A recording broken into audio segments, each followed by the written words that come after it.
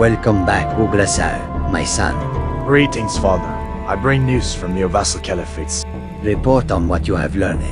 Caliph Rip al-Qasinen, Morsal, joins our cause. Although his greatest desire is to see Vanguard burn, he has some reservations about us joining the orcs on the battlefield. And what's the price of that slimy Hurit? I should marry Urit's daughter, Princess Yasmin, and one of Uncle Tisco's daughters will have to marry Urit's eldest son, Prince Ateras. And do you like this woman? Do you think she can give you many children? Princess Yasmin is considered one of the most beautiful women in Varant, and I've seen it with my own eyes. Her breasts and hips are large, and her waist is slim. I'm sure she's very fertile, and she will make you the grandfather of many grandchildren. You are young, Ugrasar, but it is time for you to produce the heirs who will occupy this throne after your passing into the realm of Belier. Yes, father. I will accept Princess Yasmin's hand in marriage before the eyes of Belier. And what about the Caliphate of Bucharest? Caliph Amal Montasirin is very old. He will not lead his warriors towards Myrtana. His eldest son, Prince Shakior, will do so, but for them, the price is that one of Uncle Tefil's sons marries a daughter of the Montasirin tribe, Cousins Naphalem, and Ismail will have to marry Amal's daughters, Princess Zolima and Fatima. The alliances formed through marriages between our caliphates have always strengthened the Sultanate of Varant internally, but this will limit our alliances with foreign rulers. Father, Varant is strong. Our army is now the most powerful in the world. If we wanted, we could destroy Myrtana ourselves. But why get our boots dirty? Let's let those disgusting orc beasts do the dirty work. We'll reap the rewards and wipe them out. Father, we will claim what once belonged to Myrtana, for the glory of Varant. The entire world of Morgrad will tremble and kneel before the tribe of the Hashishans. Belier blesses our Sultanate, and he will grant us what the blasphemous Enos granted to Myrtana. Tomorrow, I will lead our troops to Braga. There, I will meet the armies of the vassal caliphates. From there we will march north, towards Trellis. We will prepare our entire army there. But, I will need to meet with King Khan, to discuss some strategic details with the orcs. We will likely fight at Gotha. The defensive lines of the Myrtanian army are located there at the moment. What can you tell me about the coast of Timoris? According to our spies, the coast of Timoris is not well protected. But we don't know the exact details of the Myrtanian defenses there. While it is a strategic region to conquer, its proximity to the capital of Myrtana could make it very dangerous to attack. Better than to leave them in doubt. Regarding our invasion by sea, Roba could detach more troops south of Vanguard, paradoxically weakening both the capital and the front in Gotha. The Myrtanian army currently doesn't know whether it will attack from land or sea. To leave them in a state of uncertainty and paranoia, I've already instructed our spies to kill our contact in the county of Timoris. I'll have the Myrtanian spy's severed head delivered to you, so that you can impale it on a pike, on the walls of our capital Ishtar. Very well, my son. You have inherited your grandfather's strength and your father's cunning. Yet Uncle Messier always said that I look more like my mother. My brother Messier has always been a strange and reserved man. Always the shame of your grandfather and of our tribe. He's never been as strong as we are. He's weak. The loss of his wife and daughters has destroyed him forever. Who knows if he's still alive? I remember when I was little he always gave me something to eat. Then, after that misfortune happened to him, he disappeared and no one has seen him again. I had heard rumors that Messier wandered the ruins of the Ancient Ones here in Varant, living as a hermit and seeking answers to his relentless suffering in prayer to Belier. If I remember correctly, he was a black magician of the Circle of Darkness, like Uncle Tisco.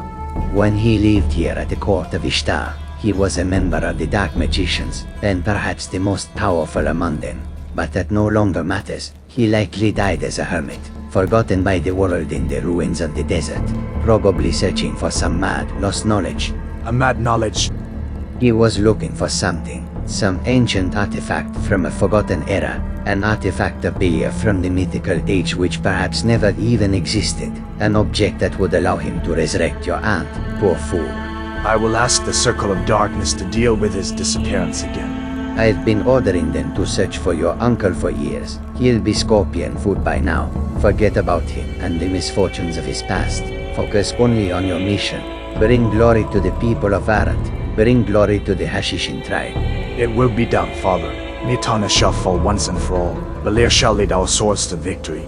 And once we've taken the lands of Myrtana that those filthy orcs promised us, we'll soon organize ourselves to rid ourselves of them too, and our banners shall fly across the continent of Midland. We will have our revenge for my brave brothers Lucre and Chillin, killed in the war against Myrtana, killed in battle by that bastard of General Lee, while defending our homeland. The Battle of the Dunes will always be a tragic moment in our history.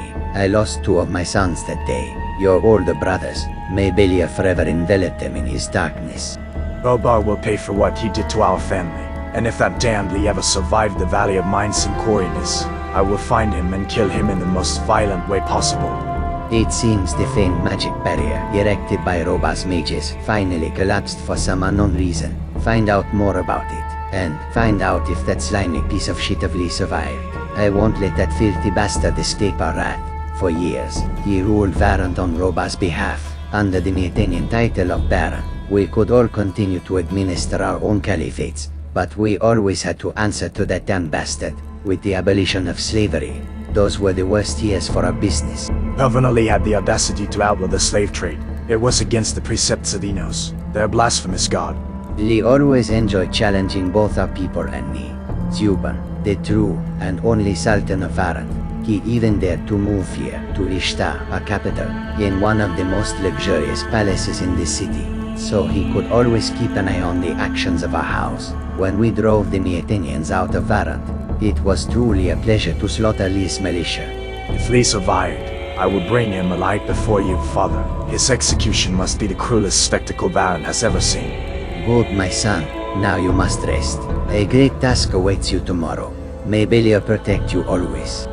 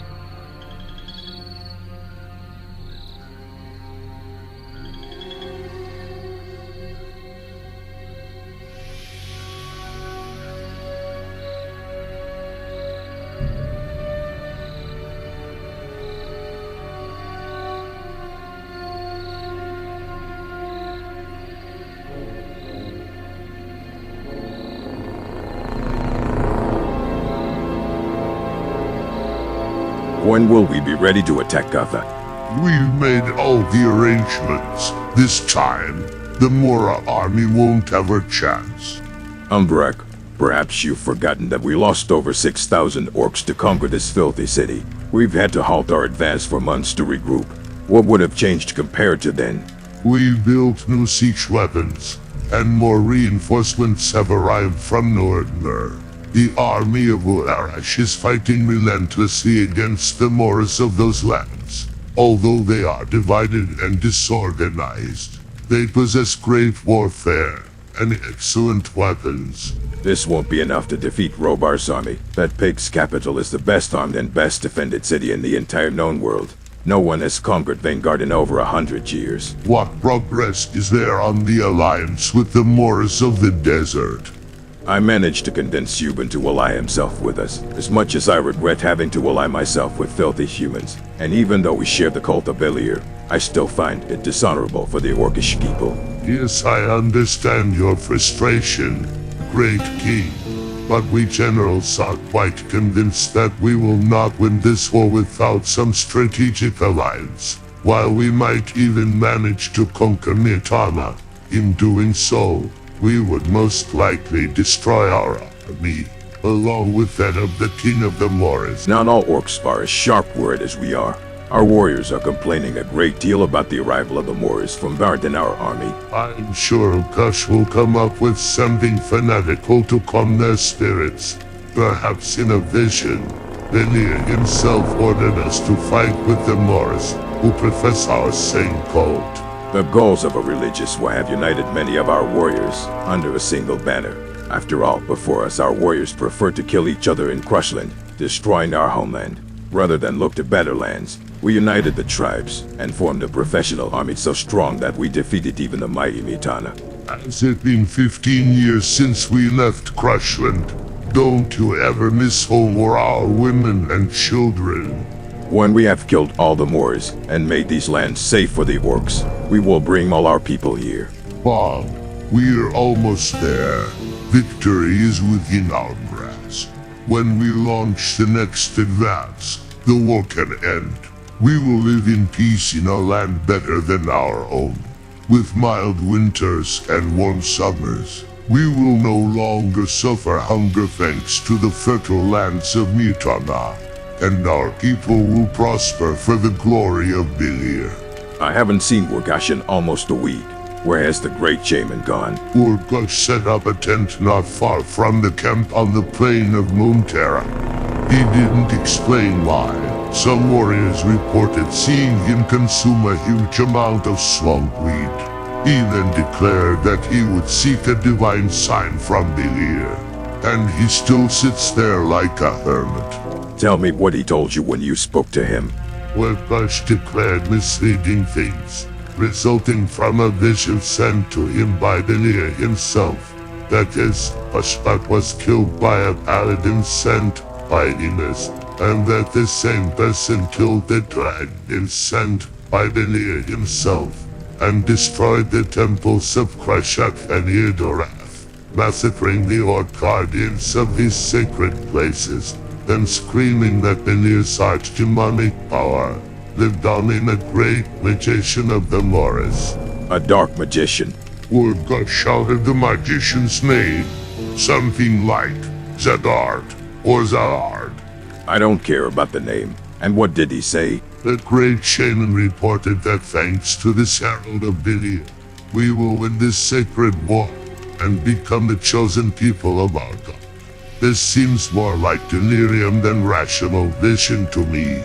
The Mora necromancers and seekers have always been allies of us orcs. I know that in Irdorath, many of them serve Belir in his sacred temple.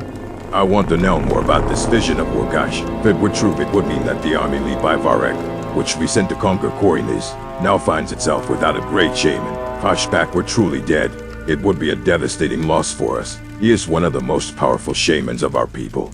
I will immediately send a galley to Korinis to determine what is happening to the army of Varek, which has landed in the Great Swamp, south of the island. The death of an orc great shaman can sometimes be more devastating than that of a warlord.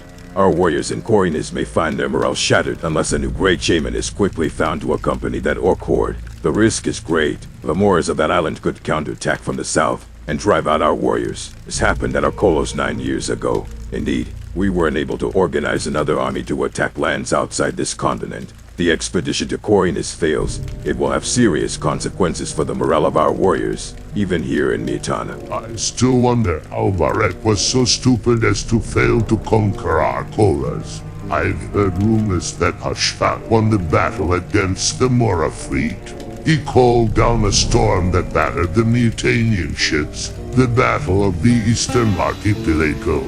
That's what it was called.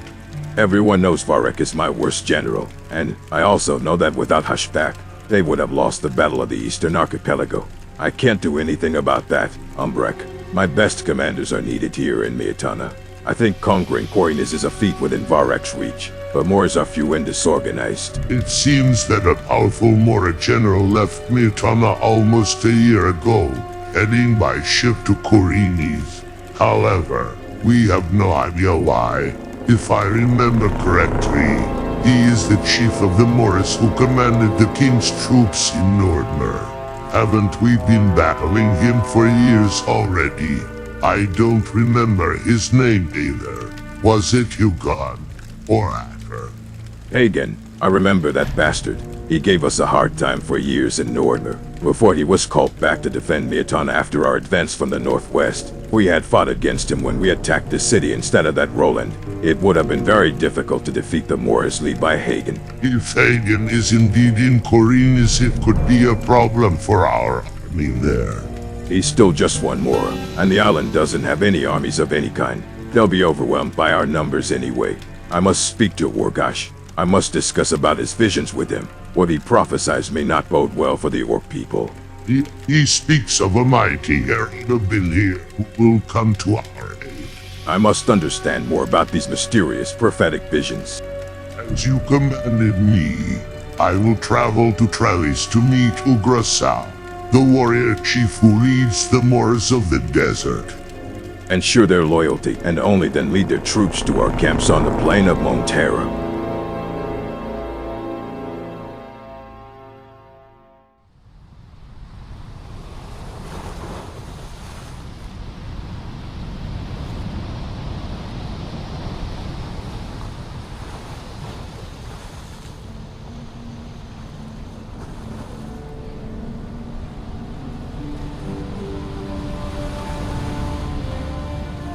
Greetings, Mecca. Good morning to you, my king. What news do you bring from the Temple of Adonis? I've spoken with all the magicians of the Circle of Water present here, on the island of Argon. I've also visited the monastery of Adonis on the southern shores. The magicians of water express concern about your goals, and as you well know, the members of our order rarely meddle in politics. Yet, Maga, you and other mages fought for years alongside Saterif's army. You were our battle mages. What I and some of us have decided to do cannot be applied to the other members of the Argonian Circle of Water, or to those of the monastery, or even to those of Tushu. I fought alongside brothers Gilfer and Hafam and others, but our stand in your favor has met with great criticism from our Grand Master Archmages. But it's been nearly 5 years since we defeated Myrtana. We refounded the Kingdom of Argon, and regained our freedom. Now we have the chance to make this kingdom the most powerful in the world of Morgrad. As always, my king, I, Hafam, and Gilfer will be at your side. I stood beside your parents as Archmage of the Satarifian court when they were still alive. I saw you come into the world, and I saw you take up the sword of your ancestors to free our lands from the Myrtanian invaders. Whatever you ultimately decide to do, I will fight with you. Conquering the continent of Midland is no easy feat. Despite the weakness of the Myrtanian army, the other factions possess very powerful armies. Even more than the orcs, walkways near the armies of Arrans. I wouldn't underestimate either the Nordmerians if I were. Although militarily divided and disorganized, they possess highly skilled warriors and finely crafted weapons, often even weapons and armors forged with pieces of magical. Nordmer is a weak country divided between many kings. Throughout history, they have sometimes united for a common cause, but most of the time, they prefer to kill each other. I see you remember well the history lessons I gave you and your brother, Prince Gawons. My daughters, on the other hand, prefer to spend their time doing other things rather than learning new knowledge. How are the young girls doing? My wife, Queen Vivian, spends a lot of time with Leisha, and Corella has been in Thorniara with my brother for days. Princess Corella has always had a penchant for battle, which is strange in a woman. What can I tell you about this, Maga? Could this also be Adonis' will? In any case, Gowan is training her every day. The last time I saw her fight, I shivered too.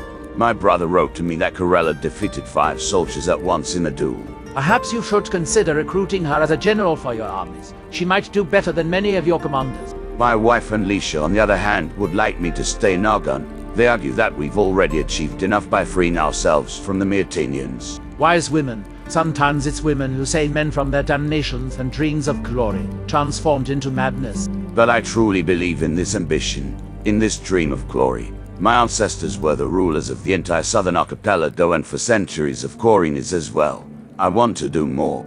You are very ambitious, Ethon, but if you finally decide to fight wars of conquest, know that you will have to contend with very powerful armies. The Hashishans are as strong as Myrtana was until a little over a decade ago. They can play many tricks. The orcs certainly weren't afraid of Myrtana.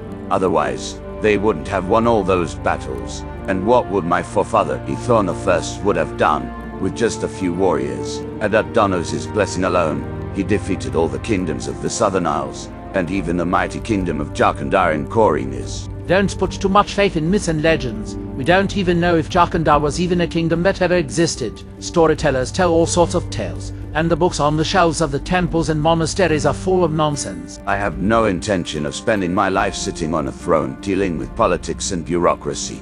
I am a warrior, as have all the great kings and queens of House Markland.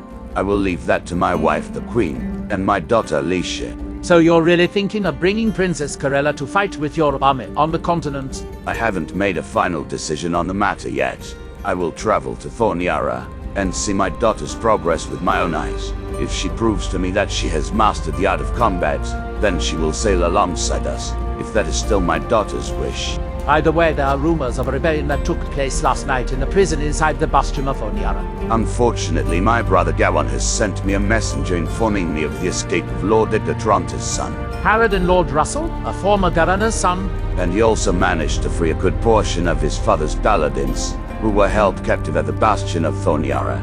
They recovered their equipment and killed many of our soldiers in their escape. They managed to reach the harbor and steal a small boat which they used to sail northwest, likely towards Myrtana. I don't think there'll be a problem for us anymore, except for Lord Edgar's son. He'll surely want to avenge what we did to his father. I will find Russell and kill him personally, just like I did to his filthy parents at the Battle of Silver Lake. I've always wondered why you didn't spare the governor's wife. Lady Kester might have been worth more alive as a political hostage rather than dead. Aren't you afraid of that boy's desire for revenge that Russell? I'm not afraid of a boy who plays at war. Russell has nowhere near his father's fighting skills. If we crossed swords, he'd succumb pretty quickly. Yet both during the war and in this prison escape, he appears to have killed many Saitarifian soldiers. There are few true warriors in this world, and if that boy had met one, he wouldn't have even made it out alive from the bastion of Thorniara. Perhaps you were wrong to leave him alive when you conquered the castle of Silver Lake, where House Tronta resided. While sparing the former governor's son may have seemed honorable, perhaps you've now created an enemy you'll have to face sooner or later. Because if you don't go to him, that boy will return with the armies of Myrtana to kill us all. Even if Myrtana were to defeat the orcs, both armies would be destroyed. I doubt they'd be able to regroup and wage war against us again. Although I initially had my doubts, I'm actually starting to think it's best to organize our armies and set out for the continent to put ourselves on the chessboard of power. Whoever emerges victorious from the Orcish War will be the future enemy of the peoples of the Southern Isles. But if we conquer them first, this problem for Argon wouldn't exist. I see you're beginning to understand the grand scheme of the bow game. Our war is far from over, old friend. We now have a temporary military advantage. But if we do nothing, sooner or later, some foreign army will attack us again. But Ethorn, are you really so sure that the armies of Argon can face armies like those of the Orcs or those of the Varantians? Yes, Maga. The Saitarifian army is powerful, and the barony of Stuart will join us once again. More than anything, I'm conducting negotiations with the usurper of Archolos. Lorenzo, a leader of the Araxes Merchant Guild, a self-proclaimed king of the Eastern Archipelago. Do you really want to ally yourself with those madmen? What the Araxes Guild has done in Archolos is deplorable, to say the least. But we have no other option for alliance. The kingdoms of Torgon and Korshon would prefer to ally with Myrtana rather than Argon. The Sultanate of Zandisol has long harbored a deep hatred for our house. The same goes for the kingdoms of Monty and Eritros. We will find no allies in the Southern Isles. All things considered, the usurper king of Archolos would not be in a very different situation from ours. He too is launching campaigns of conquest throughout the Eastern Archipelago, and from what I've heard, the islands of Londram and Kellen have already fallen under the rule of Archolos. I'm quite confident that together we can have the resources and men needed to win this great war, and whoever prevails will gain control of everything.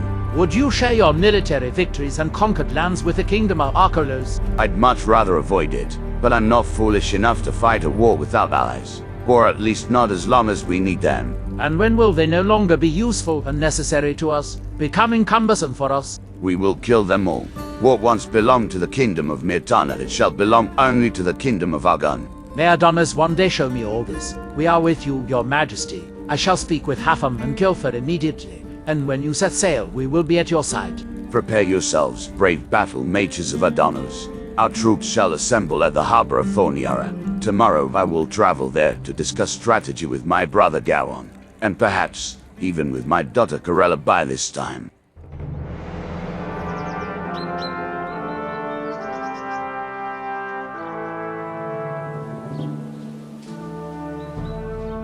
Your Majesty, my opinion matters little on this matter. I will support you whatever you decide to do. You are my most trusted man, Adillard. For many years now, you have been the most important general in this army, and now also in the kingdom of Archolos. I need to know what you think. My king, I consider an alliance with the kingdom of Argon to be folly. King Ethon VI is not an unambitious man, and attacking the continent is no fool's errand. But the Saitarifians' arguments seem quite plausible to me. The fate of our kingdoms is not assured. Rebellion against Myrtanian rule will not protect us from future foreign invasions. In this age we need alliances to survive. Certainly, whoever emerges victorious from the Orcish War could cause quite a few problems for the eastern and southern archipelagos. If Robar, by some twist of fate, were to win the war, I'm fairly certain we'd find the Myrtanian army attacking Archolos not too long after. It's true that it could be many years before that happens, but I don't intend to plunge the Eastern Archipelago into yet another war with Myrtana. I think we are achieving a lot. The conquests of Londrum, Sendar, and Kellen are a great step if we want to build a true kingdom of the Eastern Archipelago. A unified kingdom with all the islands of our archipelago. Yet Myrtana conquered us all several decades ago under King Robar II, and they did the same thing over 900 years ago, during the reign of King Maximus III. Whoever wins this great conflict could bring their armies to our shores to invade and subjugate us. I do not intend to repeat the mistakes of House Wolfson. Political isolation has only led our peoples to submission. True. The ancient kings of House Wolfson, from Volvzak to Ulrich, never had the ambition or courage to expand beyond the Eastern Archipelago. And that's precisely why I remain so perplexed. Everyone thinks the Orcs or the Varantians will conquer Myrtana, but what if these armies came knocking on our door one day? Would we really be able to fight them? Only Adanos knows this. The Eastern Archipelago has never been unified since the dawn of time. No, Adillard. We would all be defeated, and probably killed in some battle. If we were lucky enough to die with honor, we must act, and quickly too. Will you halt the conquests of the other islands in the Eastern Archipelago? A large portion of our army is engaged in war against Kontir and Lara, and the situation in Sendar is still out of control. Recall the army to Archolos. For the time being, we suspend these military campaigns. So, it's decided. We will join the Argonians in their plan to invade the continent. I intend to accept the alliance with Argon. We, along with the Satarifians, possess the most powerful armies outside the continent of Midland. We must play our part in the continental war. Whoever overthrows the other powerful factions will achieve absolute dominance. The other, smaller factions would not even dare challenge us and would submit without a fight.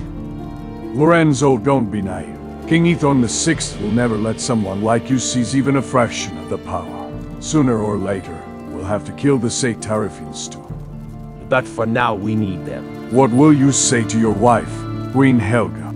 Helga ran the tavern at the harbor of Archolos before I married her. She knows exactly how to manage my business in my absence. Why didn't you think of marrying a noble woman instead of a common woman? Because I like intelligent women. Those who know how to procure resources themselves. Commodity almost impossible to find in our times. And I don't need to fuck a countess or a princess to secure alliances. I'm probably richer than Zubin himself. I will bend kingdoms with my treasures. Gold that will repay my armies thirsty for blood and booty. Just like you, Adelard. And now, I advise you to mind your own business and begin the mission I've entrusted to you before I lose patience with this useless chatter. I'll get to work right away. I'll give orders to prepare the fleet. It will take time to organize the entire Araxos army for the invasion. I trust in your abilities as always, Adelard. Adanos, when we win this war, I will make sure you receive as much gold as you can imagine. My imagination for gold coins has no limits, my king. And it won't have any.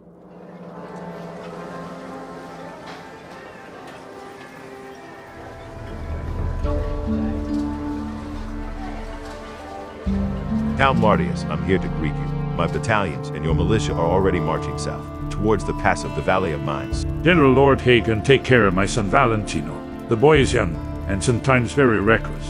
I beg you not to put him on the front lines. Yet you put him in command of your militia, but you have no confidence in your own son. He is not like your son, Commander Lord Andre, a valiant paladin and a great warrior. For the past year, Valentino has been loitering around the city, wasting his time getting drunk and associating with shady characters and lowly prostitutes instead of copulating with a woman of good behavior. He is, unfortunately, a disgrace to me, his father, and to the entire kingdom. Our ancestors must be turning in their graves. You are descendants of the kings of Corinas. I can understand your indignation. Perhaps the battle will forge your son's character. For centuries, my ancestors ruled this island in the name of House Tagor, until King Roba the First conquest. And I am very happy that Myrtana has done so much for the people of Corinis. You built better roads, and sent us enough gold to develop our island as trade network. Without you Myrtanians, we of Corinis would still be a weak and impoverished kingdom. Easy prey for ruthless conquerors. But we have lost the warrior spirit of our ancestors, and my son Valentino is proof of that.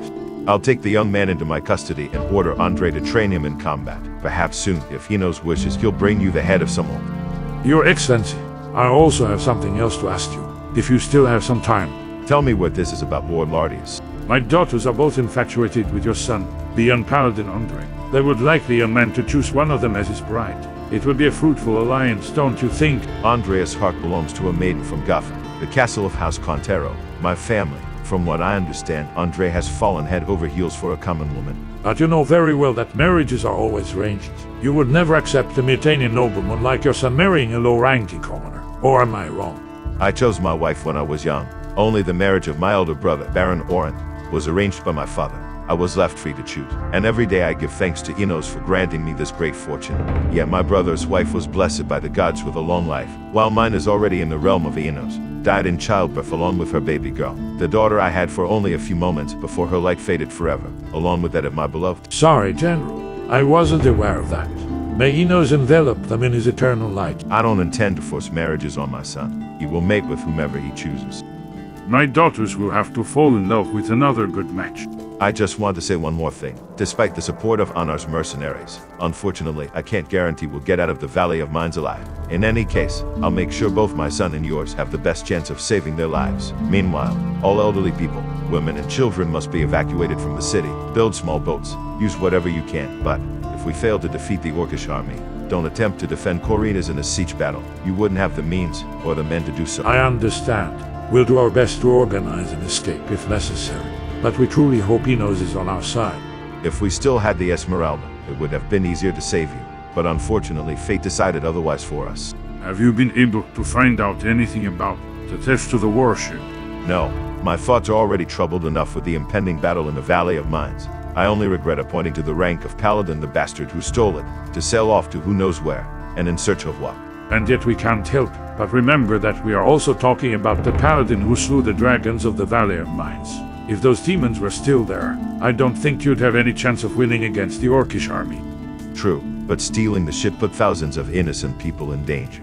It was our escape route from the beginning. General Hagen, I have a keen nose for lies. And now you're telling one. You paladins came to Corinis to serve the crown of Myrtana. Your primary purpose was to complete the king's mission regarding the magic ore. You could never have transported the entire city with you in a single warship. We could have carried many people with us anyway, but it's obvious that more boats would have been needed to save everyone. Let me say goodbye to my son, before he joins your regiment. Tell him to report at the eastern gate of Corinas. We'll leave the city within the hour. May Enos protect you and guide your swords to victory.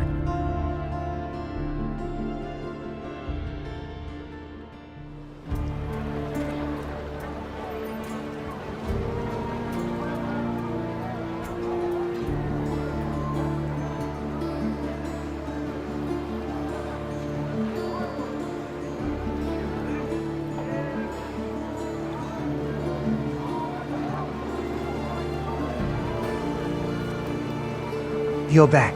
We haven't seen you in the city for almost 3 days. Where have you been? Hello, Pedro. I was out of town for a personal matter. The coast of Timoris is truly an enchanting place. It's warm, and the sea's beautiful blue. Given its proximity to Varant, it is pervaded by hot winds coming from the desert. How did the trip to Myrtana go? Not much. I got all sorts of things. Constant headaches and seasickness. I must be made more for Triland than for seafaring. The Esmeralda is a truly excellent ship, though I also threw up a couple of times on the Yedora-Thengard route. Imagine, we sailed on the king's personal ship. The Esmeralda was built by King Roba I. That warship has seen more battles than you or I could ever imagine. What an honor. I, on the other hand, thanking us for not running into some Orcish flotilla. Let's just say that fighting on the open sea with so few men wouldn't have been exactly great at all.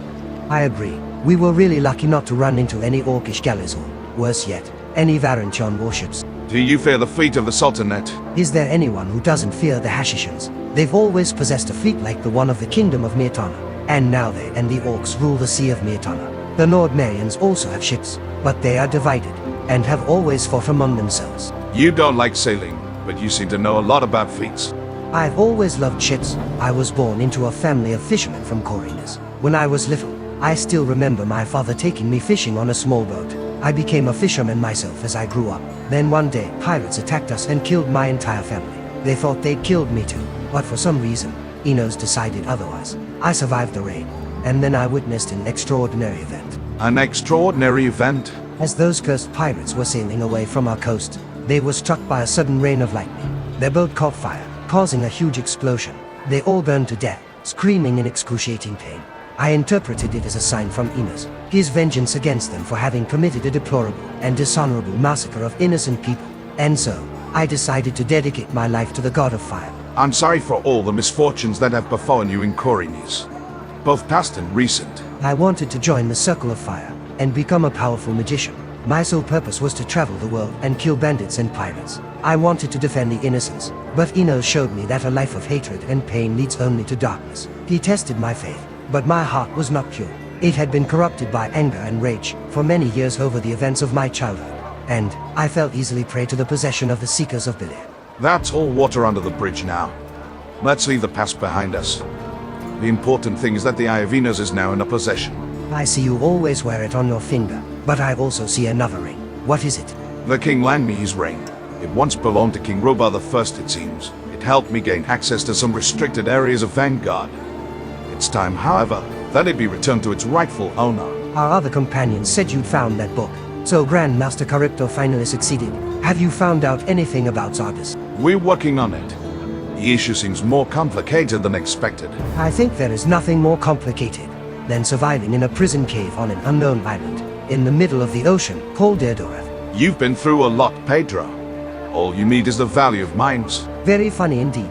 I thank Enos for at least sparing me that torment. In any case, I will always be grateful to you for saving my life on Erdorath. I believe you are truly a hero, sent by Enos himself, to accomplish something special.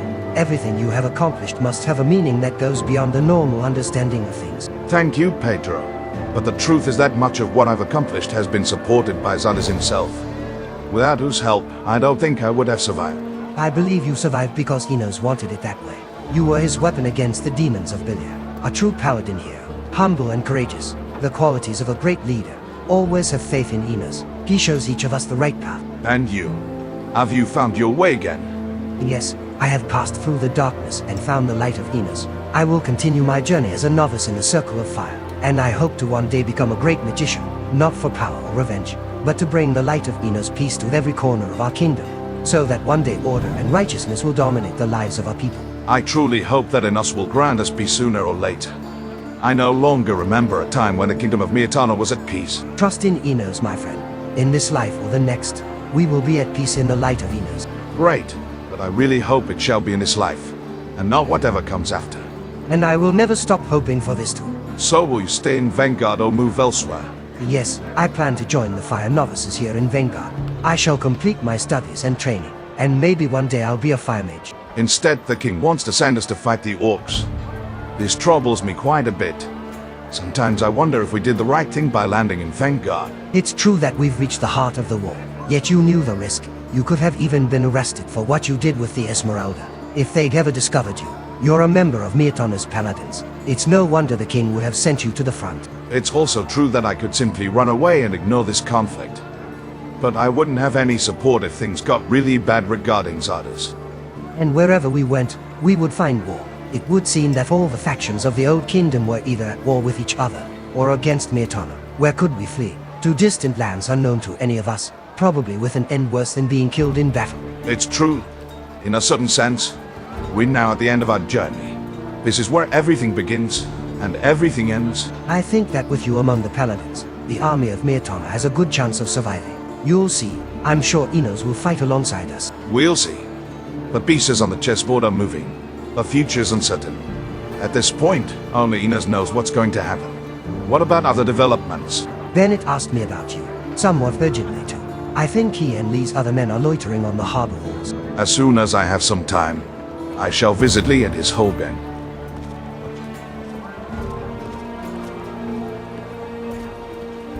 Hey you. It's a good thing you're here. How is your stay in Vanguard going? Pretty bad. And since you got back from the coast of Timoris, those two have been fighting like there's no tomorrow. And what can I do about it? Marvin and Ivy seem to have a turbulent past. No wonder she's mad at him after what Marvin did to you, Vilaya. By Enos, Ivy seems more angry with Marvin than I am. This situation is getting ridiculous, and I have no more time to waste. Enjoy the capital while you still can, dear ladies. We'll very likely lose the war against the orcs or whatever, and the city could be completely razed to the ground. But we're really fed up with those two. You must help us somehow. What Vilaya means is that we haven't been able to sleep for tonights. Those two have been arguing from morning till night. Not only that, but they're disturbing the entire inn at the harbor where we found a room to rent. So unfortunately, it's not just us who are suffering from those two. All the guests have just complained. If they continue, it's very likely the innkeeper will kick us out. But why do I have to intervene? We tried to get them to stop, but Ivy got mad at us too. She won't listen to reason. She even kicked us out of the room, ordering us to go for a walk around the markets, even threatening us with those swords she carries on her back. At this point, I wouldn't even be surprised if Marvin and Ivy were destroying the entire inn, dueling among the poor guests. But if such a mess were going on, the militia would probably have already intervened, arresting them both for public disorder. But what did you expect? By bringing those two together, it was obvious that a war would probably break out. I can't help it. If they cause trouble, they'll both end up in the prison at the Bastion of Vanguard. I helped Scar, Marvin, or whatever his name is, because I needed that fucking book. And now I urgently have to go to Grandmaster Character. Grandmaster Caristo or Callisto or whatever his fucking name is can wait. You caused the mess and now you fix it. Agreed, Nadja. But know that this is the last time I'll get involved with those two. Otherwise you will get us a luxurious room with servants in the king's castle or in the paladin's palaces. I think it's easier for me to solve the issue in another way. You could always ask Enos to give you a hand. Very funny. And you, Nadja, maybe should have a nice talk with a dragon. I bet the dragon would be more fascinated by me than by you in that big suit of paladin armor. I have no doubt about that. I'm going to the damn inn now. And stop making fun of me before I change my mind. Sure, great Lord Paladin. Anyway, if you'd like to talk a little later, I'll be at the harbor walls to enjoy the view. I'll think about it. Please stop now, Ivy. We've been making a racket in this damn dockside inn for 2 days. You think I give a damn about the guests of the innkeeper? No, and neither do I, honestly. But kicking out Nadja and Vilaya really doesn't make sense. Even the 2 women told you to stop. You have to go far away from here. For me, and for my sister Vilaya. Then where should I go? The women and I have rented a room for a week here at the inn. As you well know, I don't have the money to go anywhere else. And, unless I become rich overnight, I don't think I can afford another stay somewhere else in the fucking capital of Myrtana. Like I told you, I don't give a shit. Go sleep on the street. You have a room in the King's Castle. You work for Lord Grayson and Lord Anscar. And you even work for Princess Aylesworth. You have the women come to stay with you at the keep. I'm not leaving from here. I paid for the room.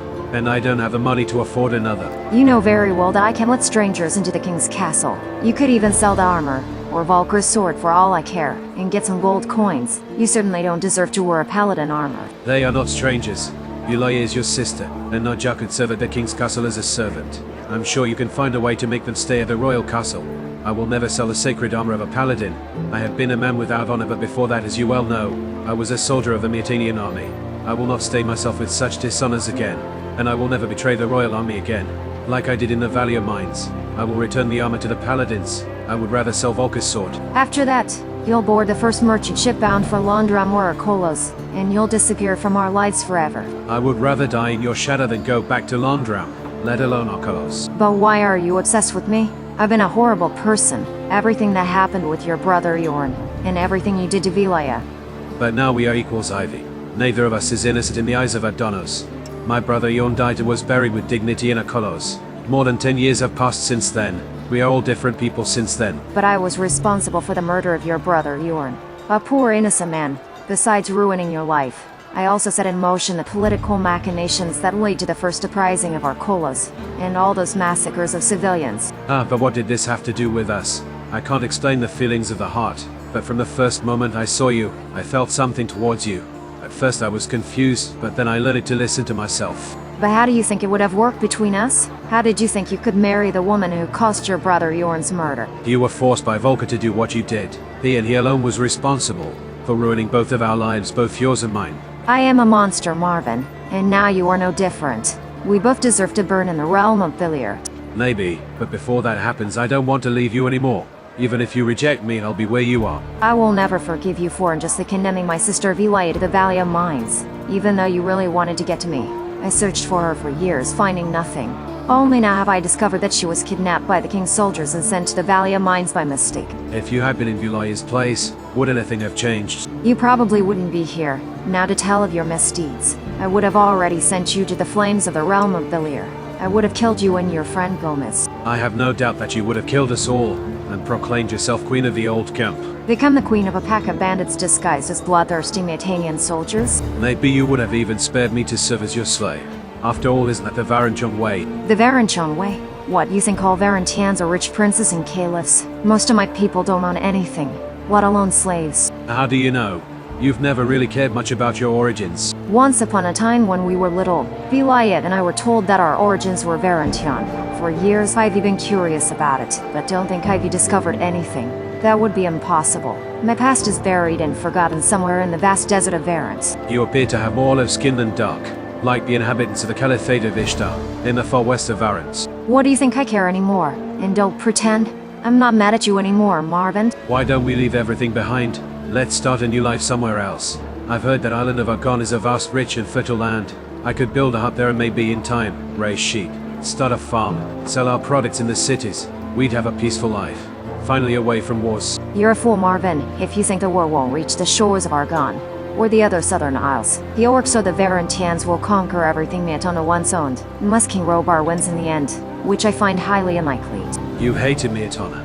Don't you remember our conversation in front of the castle of Wolf's Den? Why do you serve the kingdom now? What I said then is still true today. When Vilayet and I were abandoned in an orphanage here in Vanguard, growing up we were told that our origins were in Varant, and that we were probably war orphans. The War of Varant fought between the Kingdom of Myrtana and the Hashishan Sultanate. I remember it. It's the war that made General Lordly famous, especially for killing Sultan Zubin's two eldest sons in battle, Princes Luca and Jelan of House Hashishin. But history remembers only the warriors, not the poor wretches. It's possible I was a victim of all this. But did you believe what you were saying at the time? Did you trust what you were told at the orphanage? I've never been sure of anything, Marvin. Maybe Ivy isn't even my real name. At this point, only Adonis knows the truth about me. And yet when you left the Archolos, you joined Myrtana. Why? Because I have discovered that the Kingdom of Myrtana is the lesser evil in a world ruled by madmen and tyrants. I have established a bond with Princess Aelswith, who, thanks to Adonis, is not as tyrant as her father was. The Kingdom of Myrtana has conquered all the known world in the past, causing many disasters, but Myrtana always fought honorably in every battle. They won deservedly at the time. There is no denying in this. And when King Robar II lost the conquered territories, the other factions, in massacring the Myrtanian soldiers, also massacred innocent civilians. I would never fight for the Hashishins or any other similar factions. I will never serve factions without honor again. Archolos was enough for me. Have you ever thought about joining the warriors of Nordmer? From what I hear, they very rarely accept women into their armies. I've been in Nordmer once. I've only seen a female warrior once, maybe from the Fire Clan. I don't really remember, and no thanks anyway. I hate the cold that freezes you to the bone. But now that you've learned the truth about Vilaya's kidnapping, will you choose to continue supporting Myrtana anyway? As I told you, I serve Lord Grayson and Lord Ansgar. And I also serve Princess Aelswith. I saved her life once here in the capital. She was visiting the port when, suddenly, a massive brawl broke out at the granaries. People were already starving and panicked by the war. Aelswith was ambushed by a group of criminals who wanted to exploit the situation to kill the princess, and lead a revolt to overthrow the king, who was in Montera at the time preparing the city's defense. Aelswith managed to escape through some alleys of the port district. While her escort was massacred with crossbow bolts, some assassins managed to corner her in a dead end. I intervened and saved her, killing the outlaws. At that point, the princess ordered Grayson and Ansgar that from that day on, I would also work as a spy and assassin for Aelswith herself. We've been friends ever since. Does your friendship with the princess make you forget the fact that the king's men kidnapped Vilaya and sent her to the Valley of Mines? Of course not, but Aelswith isn't responsible for her father's misdeeds. She wasn't aware of it, and I made sure of it. I spoke with her before returning to the inn to argue with you. I have no respect for King Robar, but I do for Aelswith. Is there anything I can do to change your mind about me? Or is all lost? I don't know what I want anymore, Marvin. Seeing you again only brings me anger and so much pain, but leaving you hasn't made me happier. When I learned of your sentence in the Valley of Mines, I cried, even though we had already parted ways. I was afraid you wouldn't survive your imprisonment. Fortunately, Roderick himself wrote a letter of recommendation to the commander of the garrison in the Valley of Mines. It explained my position as a privileged prisoner. Essentially, I could do whatever I wanted, and I could even carry my sword. I was placed in charge of guarding other prisoners, but I also worked with the other miners to extract the magic ore, and with access to essentially everywhere. It was also thanks to me that Gomez was able to arm himself and his gang to lead our revolt when the magic barrier was created around the Valley of Mines. I didn't know you'd become one of the most influential men among the old camp outlaws. Gomez, however, was the talk of the towns. Gomez was the one who conducted negotiations with the king. Naturally, he was the talk of the town. I and two other warriors named Darrow and Raven were his direct advisors, and we commanded the rebel troops. But why did you support them at Treya? Gomez promised me that if I provided him with the weapons, he would give me a position of power and help me find you, and have you handed over to me. Then you not only believed him, but you would have done even this to have me. And then you actually did it. By mistake, you had my sister Vilaya convicted, an innocent woman, all because you wanted to get to me. Why did you abandon me in Archolos? We could have lived a peaceful life. I was in the army as lieutenant. They would hardly have sent me or Roderick to the front against the orcs. Then what was I supposed to do, Marvin? The mother of your children? I didn't want a family back then. I was a criminal. Half the city knew who I'd worked for. I was confused. I was tormented by thoughts of what I'd done to you and to your brother, Yorn. And also by everything I'd done in Volcare's name and on his behalf. I just wanted to get away from Medan Island. And from you. Had we both not left Archolos by a twist of fate, we would have surely been killed alongside Roderick himself and all your former friends from the militia in the second uprising of Archolos. The rebellion led by the usurper Lorenzo the Araxos merchant guild, the self-proclaimed ruler of the Eastern Archipelago. Had we survived the massacre, we would have been arrested and beheaded for treason and conspiracy with Volker and Lord Ulrich Wolfson. The charges leveled against you, and which brought you to the Valley of Mines. And so you're aware of the accusations leveled against me by Lorenzo the Araxos guild. It's likely we would have been in trouble for sure. Those powerful men had long been planning to eliminate me, to carry out their rebellion plan that failed for Ulrich and Volker. However, Lorenzo and Isikoff succeeded, both in getting rid of me and of the Myrtanian presence on the island. I'm sorry I never truly understood you. I was so blinded by the love I felt for you. I didn't see how much you were truly suffering. Marvin, enough arguing and arguing. Let each of us move on, as we've done for the past 10 years. I'll probably continue to feel infinite pain from walking away from you again, but maybe that's right. Why give in to the pain? I know you still love me, and I will never stop loving you. Biodonos, let's give ourselves a second chance. I assure you, Yorn would have understood. I'm sure he up there in the realm of Enos bears no grudge against you. Just as I forgave you, so too would he. Leave me alone for a while. We'll talk about this another time. Do you want me to stay then? Yes, but I will find other, more comfortable accommodation for Naja and Vilaya. And you? Will you stay in Vanguard for now? As you know, I work for both Lord Grayson and Lord Ansgar. I serve Princess Sailswift in the royal court of Myrtana as a spy and assassin. And for now, I intend to maintain that position. You, on the other hand, do as you please. Perhaps one day I could even leave with you for Argonne. But until then, only Adonis knows what will happen. When I was in the village of Silbak, I discovered that I had a real talent for raising sheep and rams. I, on the other hand, hardly see you as a shepherd. I don't know whether you'd get into more trouble on a farm, or in the ranks of the paladins of Myrtana. Probably on a farm.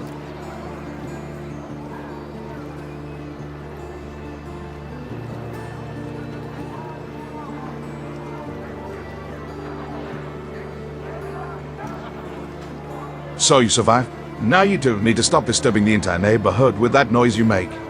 Especially at night. Let me guess. Naja and Vilaya sent you. I've met them as I was crossing the harbor, on my way to the king's castle. I thought so. I don't think someone like you is interested in this kind of life drama. No, not really. But the poor women are desperate. They haven't slept much in their days. And they told me that if you continue, they'll all throw you out of the inn. Or would you prefer to be arrested by the militia? We stopped. Oh, really? Ivy and I will take some time to reflect on ourselves and what we really want. That's a big shit, my friend. You crossed heaven and earth for your woman. Only to end up getting chased away. Leave it alone. You can't understand me. Maybe. And now? What do you intend to do? I'm returning the paladin armor you lent me. Why do you want to give it back to me? It belongs to the paladin order, together with the helmet and the shield. Why don't you keep it? You could be useful to me in battle. You're truly skilled in combat. Much more so than many paladins. How can I be of service to you? I am not a member of the paladin order. Only the king or a general can appoint new paladins. But no one knows, with the exception of Kirin, who follows my orders. And no one would ask you any questions these days. Every warrior recruited is a valuable asset to the royal army. And I'm supposed to come with you to fight the orcs? You think I'm crazy? Yeah, I'd say after everything I've learned about you, Scar Marvin, or whoever you are, I think you're truly a crazy warrior. And I think you're so crazy that you'd kill more enemies than I can even begin to imagine. You know, I was a lieutenant in the Myrtanian army in Archolos. In my experience, we have no chance of victory against the Orcish army, let alone against any other armies. Myrtana is doomed. I know we have little chance of victory, but having you watching my back, along with my other comrades in arms, makes me feel more confident on the battlefield. You fought very well on the beach of Adia. So you want to recruit me into your personal gang? Not really into the Paladin Order? I would say both. You be in good company with Kiri. I'm sure he already likes you. Ah yes, that Paladin friend of yours who didn't want to lend me the armor. Just him. I like your jokes. I have a mission to perform on behalf of the king. I must find Zardes wherever he is. And you want me to join you on this adventure, but know that I wouldn't leave the continent of Midland, where Ivy is. I am. I don't understand why you're obsessed with a woman who rejects you, but I won't force you to leave the continent. Great, then I accept. I'll join you, and your bizarre group. Put on your armor, and join Girion at the Harbor Bastion. From now on, even though you're not officially a paladin, you'll have to act like one. And so, in the end, I shall march into battle, under the banner of Myrtana. Perhaps, this was my destiny from the beginning. I fled the war for so long, that I ended up entangled in it. Fate is truly bizarre. Maybe you are, where you truly belong. May the gods protect us in our darkest hour.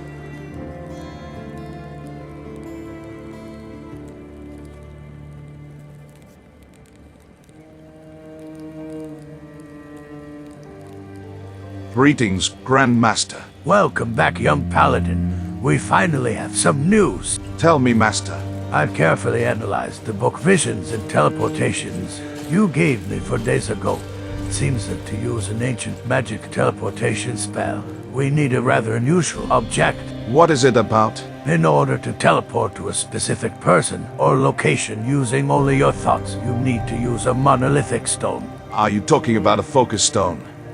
One of those used to create the magic barrier in the Valley of Mines? No. Unfortunately, no. Focus stones are much more common and easier to craft. There are many of those in our kingdom, usually guarded by the magicians of the monasteries and temples of Inos and Adanos. A monolithic stone is a different matter. So what is a monolithic stone? An artifact imbued with black magic and sacrificial blood, used primarily by the mages of Belir.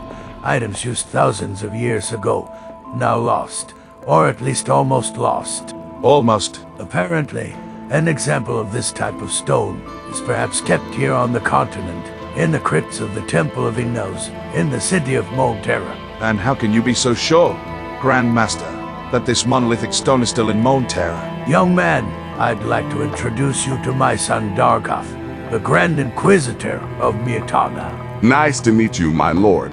Greetings, Grand Inquisitor. My name is Dargoth. I am the new commander of the Myrtanian army's Beryl Mages, the Royal Inquisitors. The new one?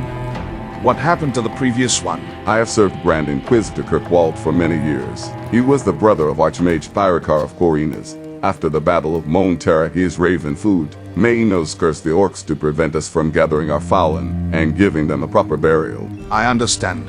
But why do they call you Inquisitors? The battle mages who serve in Myrtana's royal army are called Inquisitors. Both fire and water mages can join our ranks. I am the Grand Inquisitor, the supreme commander of the division. After the death of Pyrikar's brother, the other Inquisitors chose me as their new Grand Inquisitor. And the Dark Magicians? You're kidding, right? Yeah, sorry. No problem. Sometimes I need a joke, dude. How are you different from the Paladins? Only mages can join our regiment. Many of us are powerful enough to even use ancient magic, without relying on magic runes at all. Unfortunately for us, other armies also have divisions with battle mages capable of using ancient magic. Paladins, on the other hand, are elite warriors specialized more in the use of weapons than magic, and are rarely able to use runes of magic, and they often cannot perform powerful spells. In Corinis, I met many paladins capable of using runes of magic. I honestly never managed to learn those skills well. I prefer my sword. A good portion of the paladins who departed from Vanguard almost a year and a half ago were among the most skilled in the use of magic runes. Lord Hagen believed that this mission would require men capable of fighting well with both weapons and magic. Unfortunately, That division of paladins is one of the few capable of using the magic runes. I truly hope they survive and return safely to Myrtana. May Enos protect them. Do you have something to report, Grand Inquisitor? We might know where to find a monolithic stone. Let me explain. My father happened to remember an episode that involved me when I was just a boy.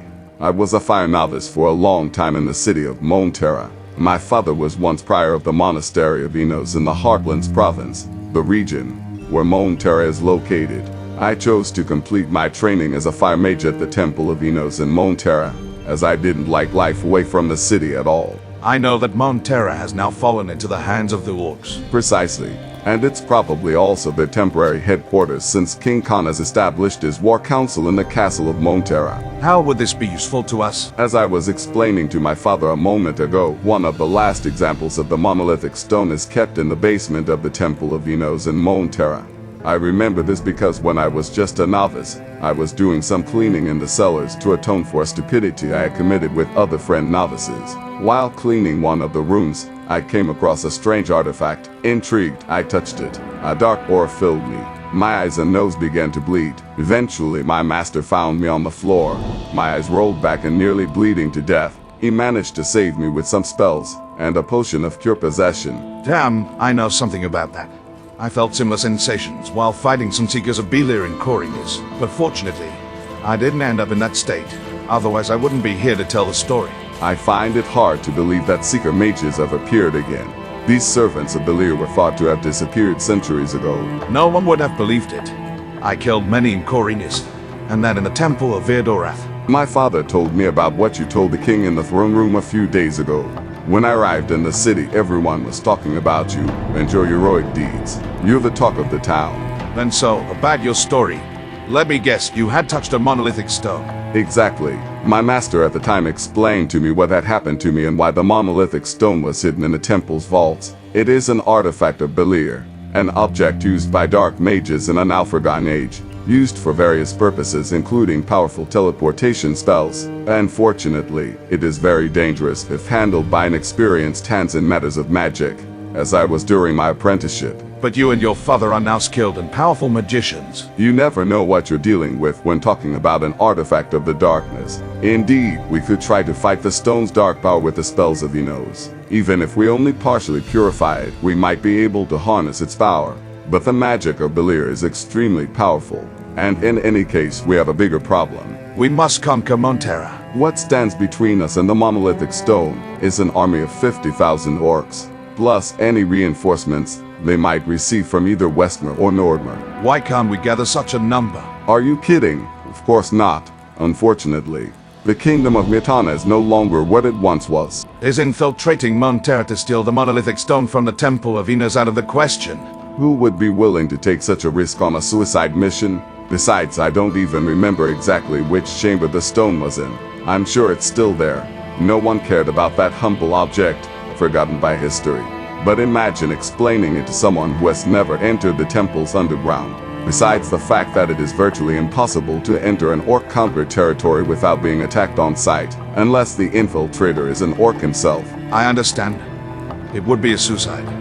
Too bad I no longer have my Ulumulu. What the fuck is an Ulumulu? A sacred object for orcs.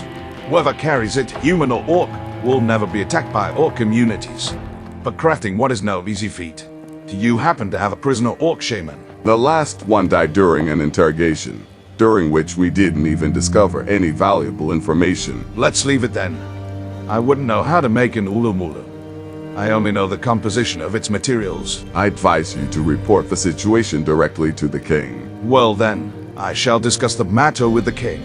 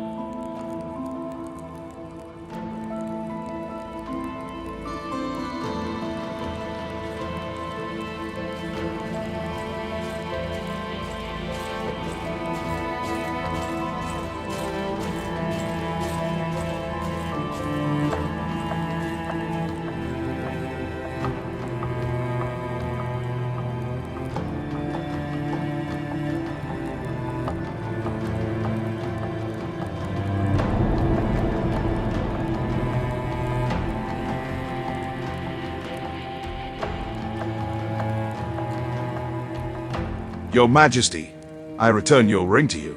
I have some news. I hope this was helpful. What news do you have? The Grand Master and his son, the Grand Inquisitor, have found a way to discover where Zardes is hiding. I imagine not without problems. Grand Master character might be able to perform an ancient magic teleportation spell without using a magic rune, but a different object. With his thoughts alone, he could reach Zardes, or at least wherever he is. The problem is that he must use an artifact of Belial. What? And what would that be? A monolithic stone, similar to a focus stone, but infused with dark magic. According to our knowledge, the specimen is apparently kept in the vaults of the Temple of Enos in Myrtana. I find it quite bizarre that such a cursed object is kept in a temple dedicated to Enos himself, no less. It seems truly ridiculous. Since the time of my father, King Robert I, such artifacts have been banned and, if found, destroyed. And this artifact of Belial is supposedly kept in the temple of Enos in Myrtana. The Grand Inquisitor himself declared it. Should we be worried? No, we must not distrust the Grand Inquisitor or the Grand Master. I trust them implicitly. The thought that these artifacts might still be in circulation terrifies me. My king, we must attack Myrtana. Do you think we can defeat 50 or 60,000 orcs with an army of only 20,000 men? Let's not talk bullshit. We don't just have to attack Myrtana. We must reconquer an entire kingdom. And in such desperate times, I have decided to make some serious decisions. Why do you wear armor? Because I intend to play my last card in the game. I shall travel to Nord, where I will try to convince the Jarls to join Archolos. Do you think you can convince many kings to fight under a single banner again? Our banner. The Nordmerians hate us. I know it very well. They've always wanted to be independent, so they can slaughter each other in pointless civil wars. And I no longer intend to stop them. If they ever ally with us, win a war together, Myrtana will never attack Nordmer again. You would give up your dominion over Nordmer if you were to defeat the orcs. Exactly. I'm willing to pay the price of an alliance with the Nordmerians, but only if it truly serves to protect Myrtana. So you won't lead the troops to Gotha? No, you'll do that. What? Lead an entire army? But why me? General Lord Cobran is to accompany me to Nordmer, along with several regiments of my army. I can think of no better candidate than you. But you have many generals and commanders, far more experienced than I. Why do you want to put me in charge of your army heading for Gotha? None of my generals or commandants have ever faced a dragon, or an archdemon of Belial. None of them have ever braved the Valley of Mines and all its dangers. None of them wield a sword blessed with the tears of Enos. None of them wear the eye of Enos on their finger. Too many signs do not make me think of a divine purpose of yours. How do you know my sword is blessed with the tears of Enos? The runes on your blade near the hilt are the same as those on mine, and my father's sword, King Robert I, is also blessed with the tears of Enos. Such a weapon is called Wrath of Enos. In our age there are very few weapons so blessed with the tears of Enos, although the sword of House Norsword is more commonly known as the Sword of Myrtana. All the equipment and weapons my father, Robert I, used were made with magic or unblessed with the tears of Enos. Armor and shield, helmet and crown, sword and warhammer. Where might other weapons or equipment like yours be found? The weapons and armor of General Lord Dominique of House Dustark are also made with magic or have been blessed with the tears of Enos. Given the power and sacredness of these artifacts, after Lord Dominique is deaf on the Isle of Argon, where he resided as my governor, prior to the governorship of House Tronta, they were unclaimed by his nephew Baron Borbin Dustark, Lord of Silden and Gelder. So I ordered the next governor of Argon, Duke Edgar Tronta, to bury the armor and sword with Dominique. We also sent his shield to Corines. At the time, I thought it best to divide and hide Dominique Dustark's mighty weapons, so they would never fall into dangerous hands and be used for vile purposes. I once saw the Shield of Fire, the Shield of Lord Dominique, and also your father's warhammer, my king, in the undergrounds of the Monastery of Enos in Corines. I've never been good at using my father's warhammer. I've always found it extremely heavy, but perhaps against magical creatures, it does its damned job. And it does it well too. Like when my father defeated and destroyed a huge and powerful golem, summoned by some battle mages during the Siege of Gelder, a great battle fought over 90 years ago in the Unification War of Myrtana. Are you aware of any other weapons of this type? If we talk about myths and legends, there are some stories that tell of magical weapons considered artifacts of the gods. The Sword of Yorizil, forged with magic or and blessed with the tears of Enos, is a legendary blade used by King Yorizil, according to the Chronicles of Dominance. Conquered Myrtana, unifying it for the first time in history.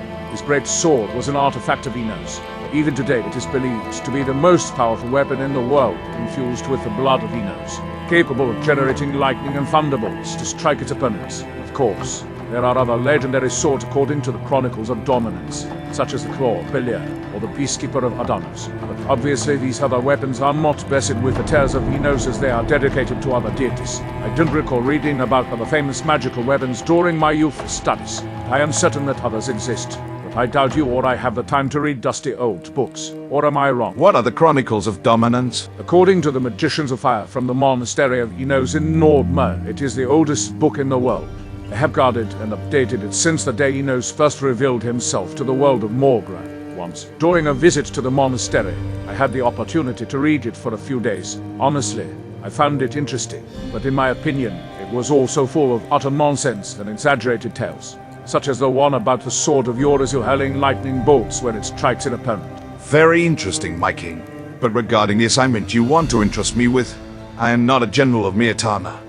Your commandants would never follow someone like me. I truly hope I'm not making a fool of myself by trusting you and your stories. If what you've told me and the court is false, I shall sentence you to death by beheading, and I will carry out the sentence myself. Betray me, and you will bitterly regret it. That being said, we can solve this right now. Given the extraordinary times we live in, I will make an exception to the rule and assign you to a supreme command position in the hierarchy of the Myrtanian army. From this moment on, I appoint you as General of Myrtana, and I place you in command of my troops heading for Gotha. Once you arrive there, you will coordinate with the other generals in command of the Myrtanian army. Your task is to hold your position until I arrive. Only then will we decide how to counterattack towards Myrtana. You must under no circumstances provoke a clash with the orcs on your own initiative.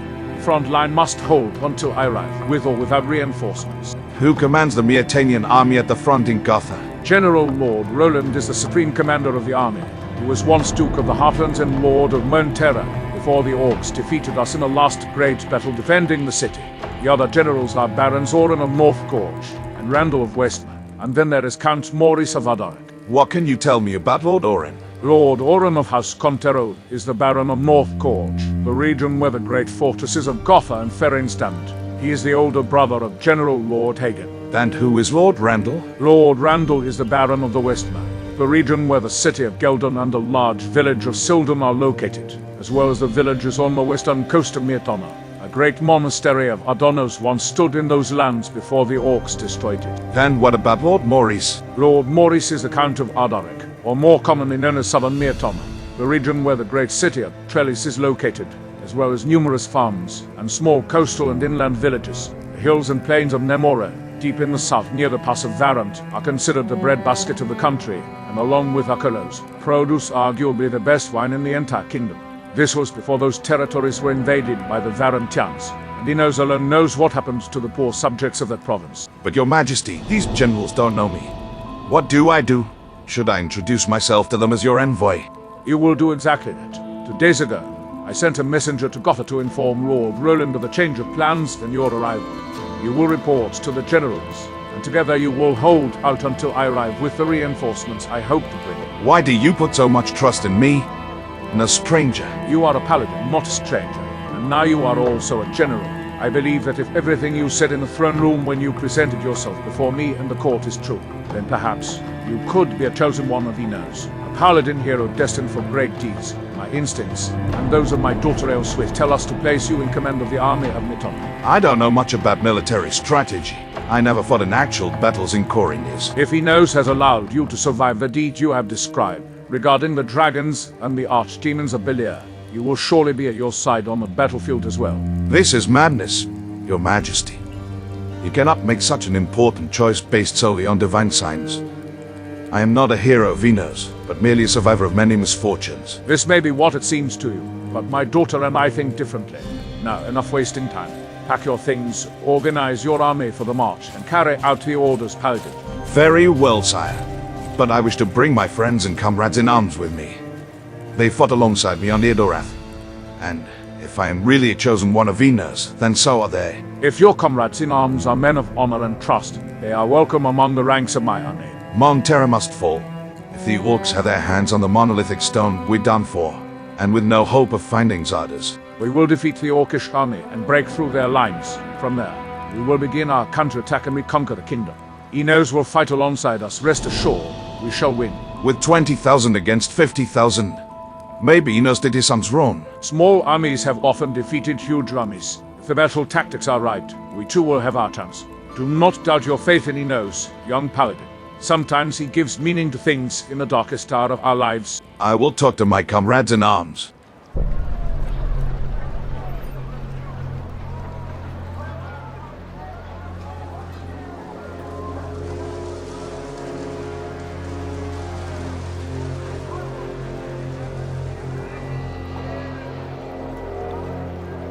Hey, you. Bennett, what are you doing here?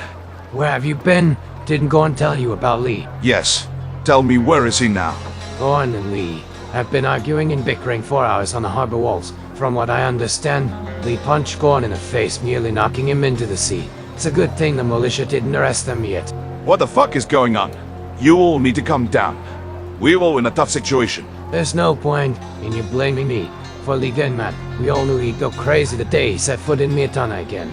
I've honestly spent the past few days at the forge on the Esmeralda, forging a dragon hunter armor for myself, plus fixing Wolf's crawler armor. I've paid little attention to your affairs in Vanguard. Have you started forging those suits of armor again? Of course. My armor is so well crafted it rivals that of the Paladins. Unfortunately, I don't have enough materials to make more at the moment. Have the soldiers finished unloading this ship? Yes, and they've requisitioned practically everything of valuable useful material for the forge. From what I understand, the king has ordered the ship to be rearmed with plenty of ammunition for the cannons. Yes, Esmeralda will likely soon be sailing out to sea to fight against the Orcish galleys to defend the capital. Or at least that's what the soldiers on board say. In any case, Idle will soon have to leave to command an army for Goth. The king trusts me so much that he has appointed me as general. Did the king smoke too much swampweed, perhaps? I don't know about that. But I think the situation is becoming too dangerous and desperate to make certain decisions. I forged a new armor for myself because I don't intend to be killed by the orcs without a fight. I was once a soldier of Myrtana many years ago. I fought with the army of Lord Domini in the Southern Islands. And if we decide to stay in Myrtana, my honor demands that I fight. I don't think Lee is very keen on joining the Myrtanian army. Lee pursues his goals. They're understandable, but they're foolish these days. If we double fight the orcs together, there'll be nothing left to take revenge for. Because we'll all be dead. Or do you want to be enslaved by the orcs and sold to the Varantians, and spend your life being raped by some rich, perverse, and maniac slave trader? I would rather burn in the realm of Belier rather than suffer this. So you plan to betray Lee? The boys and I want to join you, in your army. If you want us, we'll fight with you on the battlefield. I understand Bennett's arguments, and I agree. But I'd like some information on the current situation. Why does the king no longer intend to lead his army himself? Everyone in the city was saying that King Robar II himself would lead the 10,000 soldiers stationed in Vanguard to the front in Gotha. The king intends to seek allies among the kings of Nordmar. The Jarls, they'd rather kill each other than fight under the banner of Myrtana. With or without reinforcements, the king will join us at the front in Gotha in a few days. And from there, we will try to retake Montera. Or at least that seems to be the plan for now. Have you found out anything about Zardes? Zardes is the reason we must conquer Montera. The Temple of Enos in that city holds an ancient artifact that would allow the King's Archmage to teleport to Zardes himself, or to his hiding place. What are our chances of winning? 20,000 tired, unmotivated dead, and perhaps even poorly equipped soldiers, against 50 or 60,000 orc warriors. We need a miracle. I hope the other generals around you are as rational as you are. I don't know that, Wolf. I don't know them yet. But I have to tell you all, that Lee going out of his mind isn't a good thing for anyone. I really need Lee's enormous battle experience right now. Oh well, if you don't want to end up with a bottle smashed over your head like Dorloff or a punch in the face like Gorn, I advise you not to go and talk to Lee. He threw a wine ball at my head. I fought with Lee for years. I was among his soldiers since the War of Varan. I endured captivity in the Valley of Mines alongside him, always standing by his side through every hardship. And together we have survived to this day. It pains me to see him in this state of mind, but I, Torloff, will not be killed by a madman in the grip of madness. Lee's no longer himself. But what the fuck does Lee want? You know Lee's past well, old friend. Unfortunately, it haunts him, and he's gripped by a mad desire for revenge. Is he competing with the orcs to see who can destroy this kingdom first? Perhaps Lee himself hadn't expected to find such a desperate situation. It's even likely that those who conspired against him have already been massacred by the orcs. It would be truly hilarious at this point. Lee wanted to organize a revolt here in the capital to overthrow the king. This would give him the power to inquisite the entire kingdom and supposedly exact his revenge. The problem is the Kingdom of Myrtana will soon be no more, and there will be nothing left to avenge if the orcs slaughter us all, like pigs to the slaughterhouse. But has he at least discovered anything in the day since our arrival? Well, obviously not. You like to take the king himself by the throat, just to get the names of those who conspired against him. Why does he think the king knows about the conspirators? Wouldn't that make him a conspirator too? In fact, Lee has always claimed that the king was unaware of the conspirators, and therefore that he was framed. I don't know why he now thinks Robar might know something about it. I must absolutely speak to Lee. I need his help more than ever. If he doesn't come to his senses, we won't follow him anymore. As I said, Lares, you and the other boys are welcome in our ranks, but we must try to make him see reason. Are Gorm and Lee still on the harbor walls? Yes, they're still there. I hope Gorn is still alive. I think killing a tough guy like Gorn is not easy at all. You're probably right about that, but seeing Lee in the throes of madness is quite frightening. Remember, we're talking about someone who was one of the greatest paladins Myrtana has ever seen. He killed hundreds of soldiers in every war he fought, even Sultan Zuban's firstborn princes during the Battle of Varant, Luca and Jelen. Everyone knows that story. I know the story of the Battle of Varant. In the new camp, I once read a book about it when we were all in the colony. Bad on those. I really hope we can get Lee to see reason. This situation doesn't benefit anyone.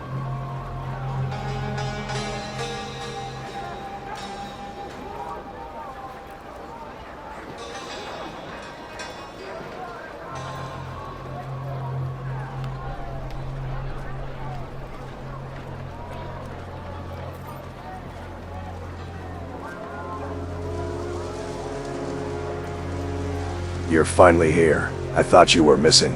Where the hell have you been? Hi, Gorn. I was out of town for personal reasons. But is it true that Barbaran is still alive and here in Vanguard? Diego told me. Yes. He's the one everyone in the colony knew was Scar. His real name is actually Marvin. And he doesn't seem dangerous at all. Or at least he isn't anymore. You're joking, right? I know that bastard. He was probably the strongest warrior in the old camp. The armed wing of Gomez. The true commander of their warriors. Probably stronger than Gomez himself. He killed dozens of our mercenaries back in the days of the Valley of Mines. How the fuck did he survive and make it to the capital of Myrtana? You said you killed everyone in that damned castle. I truly thought I killed everyone in the castle of Old Camp, but Scar survived the wounds inflicted by my sword, aided by the castle's blacksmith, and one of Gomez's captive women. And they swam all the way from Corinis to here. They lived anonymously for almost a year in the city of Corinis. The blacksmith of the castle of Old Camp boarded a small ship headed for Archolos, his original homeland. Afterwards, Scar and the women Vilaya and Nadja boarded a small civilian ship led by a man named Garvel. They were intent on fleeing, fearful of a possible orc siege upon Corinis. They reached Vanguard, after also suffering an attack by Varantian pirates. Scar and two other women were the only survivors of the journey. Holy shit, and why didn't you kill him? He had stolen a tome from the Temple of Venus concerning ancient magic. It contains information useful for devising a way to perhaps find Zardes. The Grand Master of the Circle of Fire in the capital intends to use the book's instructions to cast an ancient teleportation spell, carrying directly to Zardes, or wherever he's believed to be. At that point, I had the book delivered immediately to me. And then, I forced Scott to tell me his story. He revealed that his real name was Marvin, and that he had stolen the book to sell it for a large sum of gold. He also explained to me why he came to the continent of Midland, and that's why I've been away from Vanguard for a couple of days. Oh really? And what prompted you to leave the capital? In exchange for the stolen book, I promised Marvin I'd equip him and help him find a woman named Ivy. Apparently, she was once his lover in Archolos. She's now a spy at the service of Myrtana. We tracked her down on the coast of Timoris, south from Vanguard. Well, you could have spared yourself all that. You could have ordered the militia to arrest him for theft, or even revealed who he was to the king and had him executed for treason and insurrection. I felt like I wanted to help him. He no longer seems like the same person he was in the colony. He seems like a poor wretch now, and after reuniting with his woman, she also rejected him. He reminded me a little of myself. We were both alone in the world, abandoned to ourselves, in the abyss, without a purpose beyond survival. You are a pity and compassion, old friend. Altruism could kill you someday. In this shitty world, sooner or later, everyone tries to kill you in one way or another. You never told me your story, Gorn. I don't think you'd be interested in the story of the brothers from the island of Torgon. Do you have a brother? From my mother's womb, not only was I born, but Thoris too. Thoris is your brother. Really? I see you remember him. Thoris and I are the grandchildren of Gotarn, former king of Torgon, a very large island in the southern archipelago where we come from. What? Are you saying me you are a prince? I know that both Thoris and I seem rather uncouth and as far from nobility as one can get, but this is our story. My grandfather was the king of Torgon. He died fighting with Myrtana in the War of Argon. My people had long been waiting for a chance to become the most powerful island in the southern archipelago by getting rid of the influence of the Satarifians. After that war, my father Torgos became the new king of Torgon, succeeding my grandfather. But my father, unlike my grandfather, aspired to make Torgon a kingdom independent from foreign powers. And when Myrtana sent one of her own governors, a certain Lord Rigaldo, on the island of Torgon to effectively control the politics of our court, my father organized a revolt, sparking a violent civil war against the Myrtanians. Let me guess. That's why you and Thoris were prisoners in the Valley of Mines. My father was defeated and killed in battle by General Lord Rigaldo himself. Thoris and I were just young boys back then, condemned to rebel because of my father's foolish decisions. We were catapulted into a war we understood nothing about. Needless to say, when the Myrtanians defeated us, they made no distinction between me, Thoris, and my father. Lord Rigaldo exiled me and my brother to the Valley of Mines and destroyed our household. He then assumed absolute rule over Torgon, until Rigaldo himself was recalled to Myrtana with his entire army to defend the kingdom from the Orcish invasion coming from Crushland and Nordmer, dying later in the Battle of the Esh Mountains. In present day, the island of Torgon is in the throes of civil wars between several warlords. Many of these even claim to be descendants of my grandfather King Gotarn to give more legitimacy to their ambitions of dominion over my homeland. I wonder if we'll ever see your brother Thoris again. Thoris has always been a huge asshole. Ever since Torgon, and then in the Valley of Mines. He's always believed himself superior to everyone, but he's a loyal warrior when he chooses his side. He's truly a huge asshole, but not without bravery and honor. If he were to ever leave that strange place called Giarkandar, I don't think he'd be happy to see me again, after all the disagreements between him and me in the colony. After all, I chose one side. He chose another. Maybe you're not so different from Lee. You're both dealing with the ghosts of your past. The difference is that I've learned to solve problems with my axe. I don't like wasting time on passions and anger. If I don't like something, I prefer to tear it to pieces. But Lee would like to organize a revolt here in the capital to seize power and take revenge on some shadowy conspirators who sent him to the Valley of Mines. I enjoy difficult challenges, but attempting to implement Lee's plan would be suicide. Even if we were to manage by sheer luck to organize a rebellion and drive out the royal house from Vanguard, the front would immediately fall, and the orcs would slaughter us all. Organize a rebellion with what men? I really struggle to understand why the majority of Vanguard citizens would decide to rebel against the king and replace him with a former general still considered a traitor.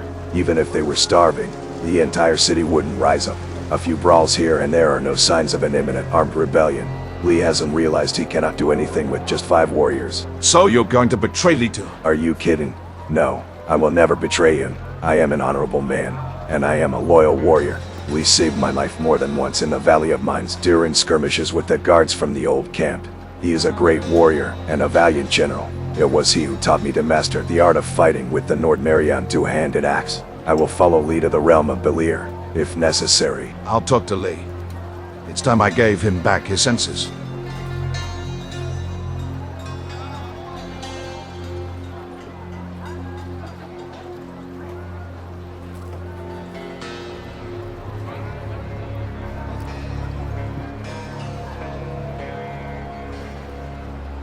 I see you're making a real mess, Lee. Don't you think you should calm down? Are you kidding me? Do you want me to split your head into with my axe? I advise you to be careful with your words. I'm not one of your men, and I'm not afraid of you. If you continue to threaten me, I won't have you arrested by the militia. I'll draw my cowardin sword and directly kill you myself. Damn, you've become really brave. I like tough fights. I've spent my life filling cemeteries with the skeletons of the weaklings who want to kill me. I don't want to kill you. You know very well why we docked in Vanguard, and it's not for your reasons. I wanted to speak to you in a civil manner, Or maybe we are like the orcs. And you know well, ever since our first jet on that fucking dam in the new camp, that the day I returned to Myrtana, I would have seek my revenge. Do you think I can give this up? By Enos, those traitorous pigs who ruined my life deserve the worst possible death. Lee, you don't even know who the fuck betrayed you. You always said the king didn't know shit about anything. And you never even told me exactly how the fuck they framed you for the queen's murder. I will then tell you that part of my long story. As I told you, I was one of the best generals in the Kingdom of Myrtana. I was a member of the Paladin Order, and after the conquest of Varant, I became its governor on behalf of King Robar II. Initially, my residence was in Bakaresh, on the eastern coast of Varant. From there, I carried out my duties as governor, assisting the caliphs in managing Varantian politics. I handled taxes and ensured that no revolt broke out. I also ensured that the ban on the slave trade was respected. But after a few years, my troops and I discovered that the slave trade was continuing unseen. Suspicious of possible signs of rebellion against Myrtana, I moved to the capital of Varant, the great city of Ishtar, the heart of the Hashishan Caliphate, already ruled by Zubin at the time. But in reality, the greatest threats did not come from the then Caliph Zubin, now Sultan of all Varant. I looked so far ahead that I didn't notice the daggers at my back. Daggers in your back? During that time, King Robar II set out with generals Lord Dominique Dastard and Lord Edgar Tronter to fight a great war of conquest in the southern lands. Queen Melisande often visited the various provinces of the Kingdom of Myrtana. During that time, she also visited Ishtar. Why would the visits from the Queen of Myrtana be so important? Because when she came to Ishtar, she and I had a love affair. What? You fucked King Robar's wife? Really? It was a fleeting relationship, mainly a sexual attraction. The problem is that Melisande got pregnant, later giving birth to a baby girl. Are you telling me that King Robar II's daughter, Princess Elswith, is actually your daughter? And who knows? It's true that Robar occasionally returned to Vanguard to visit his wife's bed, but that baby girl was born in the capital, exactly 9 months after the Queen's visit to Ishtar. I don't think your goal now is to investigate and claim parentage of a princess. I can't tell you what I think about it. These are things that confuse a man's mind. The fact is, I fell madly in love with the Queen, but she was a married woman in the eyes of Enos, and she would have never betrayed her husband, the king. She certainly didn't mean to spark a catastrophic civil war by fleeing with you into the sands of Varant. I don't think King Robar would have let you commit adultery undisturbed. You're right about that, old friend. Melisande knew she belonged to Robar. After a few years from her visit in Varant, she and I spoke one last time, in one of the halls of the royal palace in Vanguard. I completely lost my mind, asking her to marry me and run away together. But Melisande, for obvious reasons, didn't want to abandon her daughter, and despite everything she admitted she still loved her husband, despite the fact that Robar returned to court with a woman from Argonne, named Ariane, with whom he also had a sexual relationship. That woman gave birth to a son here in Vanguard. The king named the child after himself and his grandfather. He was called Robar III, Prince of Myrtana. Grandmaster Character and Princess Elswith mentioned something related to this story. Little Robar III and his mother Ariane were sent to Corinis to be banished from Vanguard's court. Queen Melisande did not appreciate the presence of a king's mistress at court, or worse, the child born of Robar's lust. But both mother and child died in a fire in their villa, in the upper quarters of the city of Corinis. It was a great sorrow for the king. The only remaining heir to the throne was his daughter Elswith, as he had no other sons. But an even greater sorrow was the loss of his wife Melisande. Did you kill her? For rejecting you? No, I don't kill women. I'm a man of honor. I would have never even thought to react in such a way to Melisande's rejection. So what happened? While Melisande and I were arguing in one of the halls of the royal palace in the castle of Vanguard, someone struck me on the head with a war mace. I fell to the ground, stunned and unconscious. How the fuck did you survive such a blow to the head from a weapon like that? Only Enos knows this, and sadly, he chose to take Melisande, not me. When I woke, I was surrounded by the king's soldiers with their halberds pointing at me. Queen Melisande lay on the ground, dead in a huge pool of blood. Whoever had struck me with that war mace had then struck her repeatedly in the face, crushing her skull and leaving her completely disfigured. They framed you as the only suspect. King Robar had no choice. He spared me the gallows only for the enormous services I had rendered to Myrtana, fighting and winning the devastating war of Varant under her banner. But that wasn't enough to spare me from condemnation to the Valley of Mines. You're lucky to be alive. But the king is just a poor victim of all this, on top of being on the verge of losing another devastating war, where we truly all risk dying, honorable men and traitors alike. Do you think that the orcs care about all these misfortunes you've told me about? Do you really think that getting rid of Robar II would accomplish anything? I was sentenced to the Valley of Mines for stealing a piece of bread. What the hell am I supposed to say to King Robar? And yet, you joined the Paladins. Quite bizarre, don't you think? I did what I thought best to achieve my goals. Often, I made choices guided by Zardes himself. The idea of making me a paladin, so that I could obtain the Eye of Venus, was his advice. I would never have slain the dragons without the power of the sacred amulet. An archdemon of Belir is immortal, if fought without the assistance of an artifact of Venus. And you really think that if I joined your mercenaries again, in that fucking state in the plain of Corines, they would ever give me a damned artifact of Venus? I can understand your reasons, but what drives you to fight with the king's army now? Zardes himself is the reason I still fight with the paladins. He has acquired a power never before possessed by a human. What he intends to do with this, I must find out. But the moment he decides to use his new powers, there will be no one who can stand against him at the moment, and I know that for sure. Yet, you have defeated two archdemons of Belir, but now you are afraid. And you don't have any, Lee? Only fools are never afraid. Wise words, but don't let fear blind you. You should be more courageous in your decisions regarding what you want to do with your life. For now, I'll stay where I am, in the faction I chose in Corines, with those who welcome me despite my prisoner past, because they will help me find and defeat Zardes. I'm glad you found your Humpty temporary path. I wonder how this time will be different from joining the guards of the old camp, or my mercenaries from the new camp. But honestly, your motives no longer matter to me. I shall have my revenge. When the orcs, or Zardes, wipe out all of us, you'll have nothing left to avenge. Join me. Fight with me on the battlefield, for Myrtana once more. Return to the ranks of the paladins, and I will help you get what you desire. Even if it means slaughtering half the kingdom or more. What? Following you into war with the Myrtanian army? Are you kidding? The king has appointed me as general, but I have no experience commanding large armies. I have never fought in a major battle like the one that looms. Help me lead this army in battle. You were one of the greatest generals this kingdom has ever had. You defeated the mighty army of Varund, despite being vastly outnumbered. You are the only one who can advise me on how to win the upcoming battle against the orcs. If I help you in your endeavors, will you really help me with my revenge? I will help you find out who is, or are, the culprits of the conspiracy you were a victim of. Then do you think King Robart would let me march at the head of his army as if nothing had happened? We'll solve this problem immediately. Come with me. Let's go speak to the king. I'll convince him to forgive you and let you rejoin the royal army. Pretty risky. Robart doesn't know I'm alive, and that I'm also in Vanguard. He could get us both killed, don't you think? Are you scared now? Well, of a senseless death, of course. But does fighting mean a rage, and dying, or killing mean being killed by the militia guarding the walls of the harbor seem like a more sensible death to you? I'm not afraid of anything anymore. Lead the way to the castle. I will face my destiny if necessary.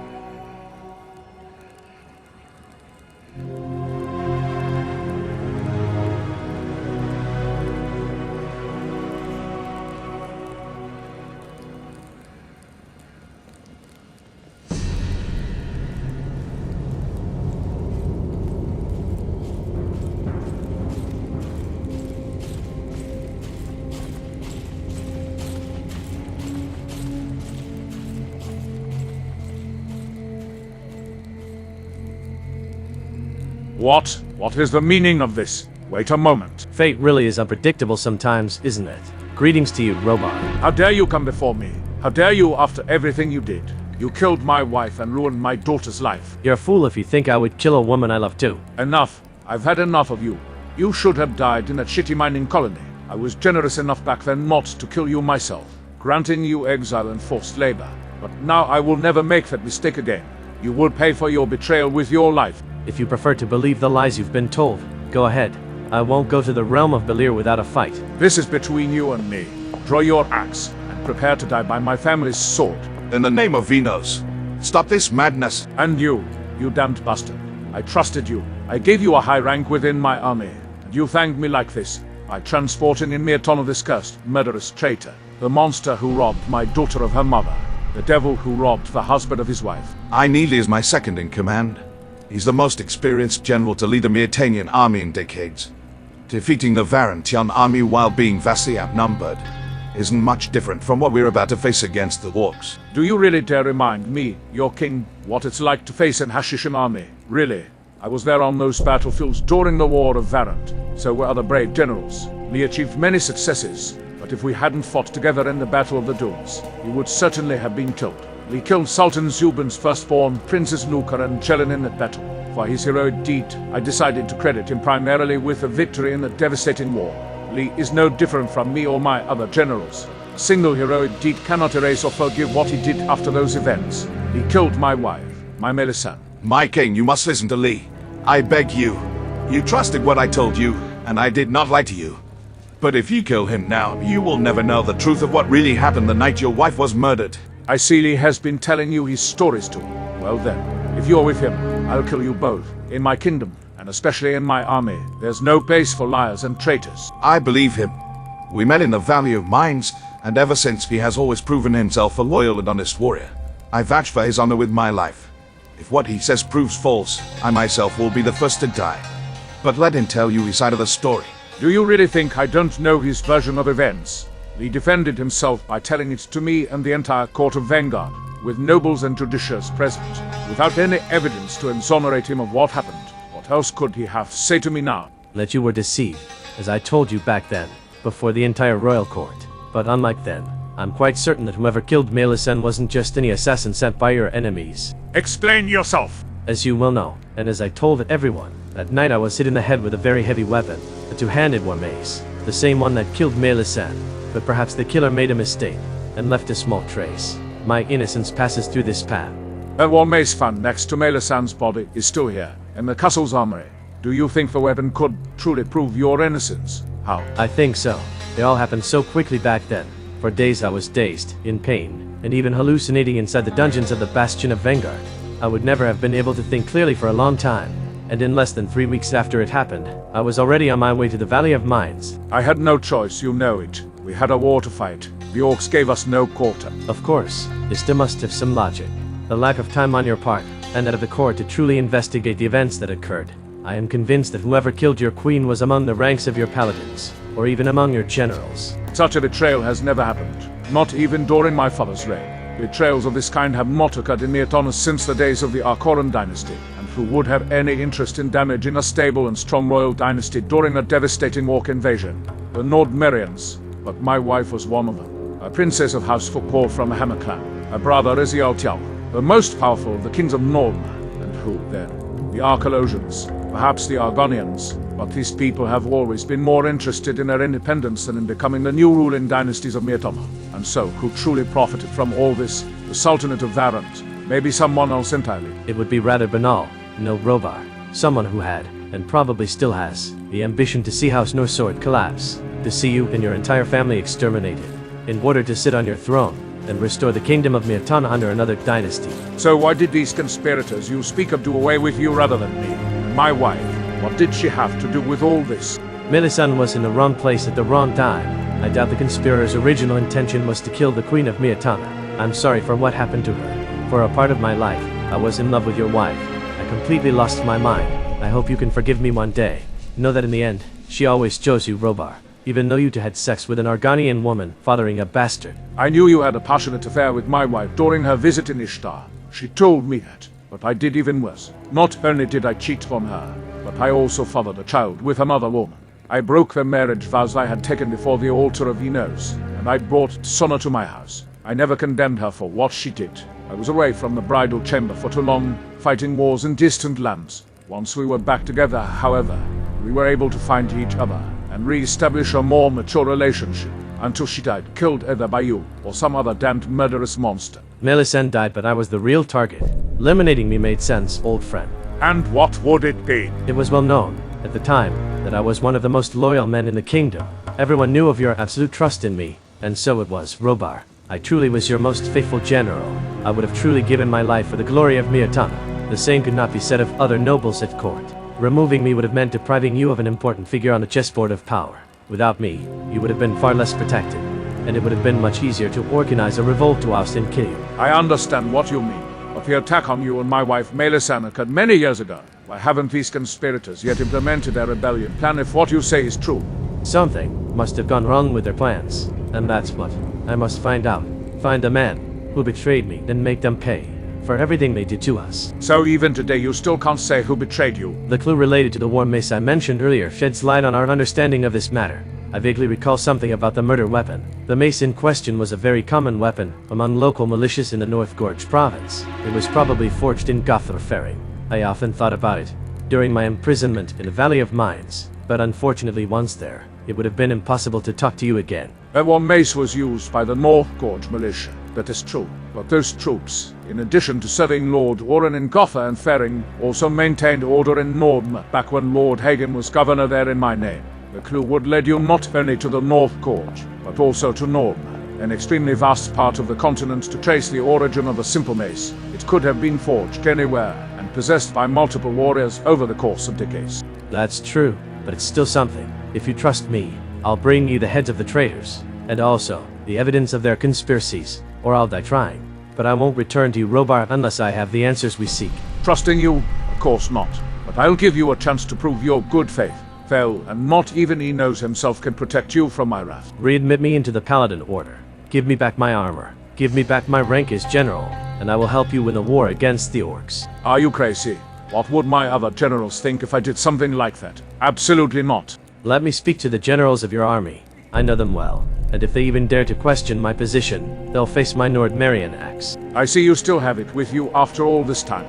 Your father's Nordmerian axe. I was generous in letting you keep it. A final sign of respect for your father and for you. And I will always thank you for the sign of respect. If you give me back my rank, it will be easier for me to identify those who betrayed us and the evidence of the conspiracy. Agreed. I shall give you a chance to prove your worth. Your friend vouches for you with his life. He has performed countless heroic deeds for the glory of Myrtana, and he knows. I don't trust you, but I do trust him. I won't disappoint you, Robar. I will have my revenge, and you will have justice. This is getting very interesting, don't you think? If it wasn't for me, we both would be dead. You idiot. Yet you've done a great thing.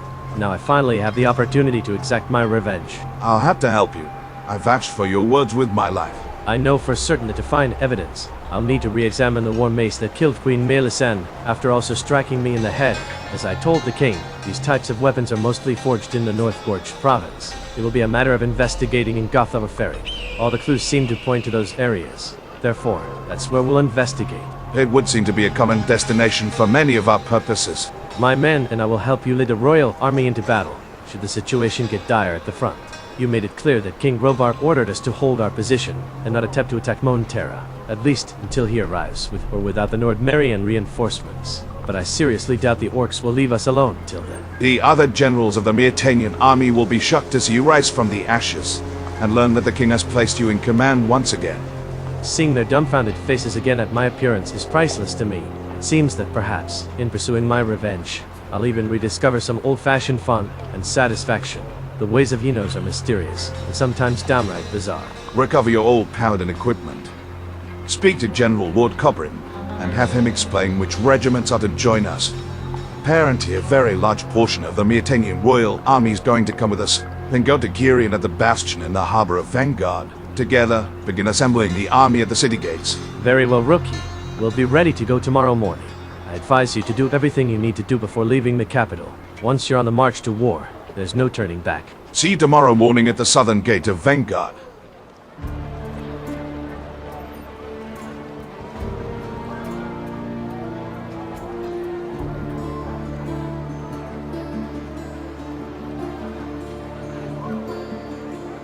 I can't believe my eyes. You without armor?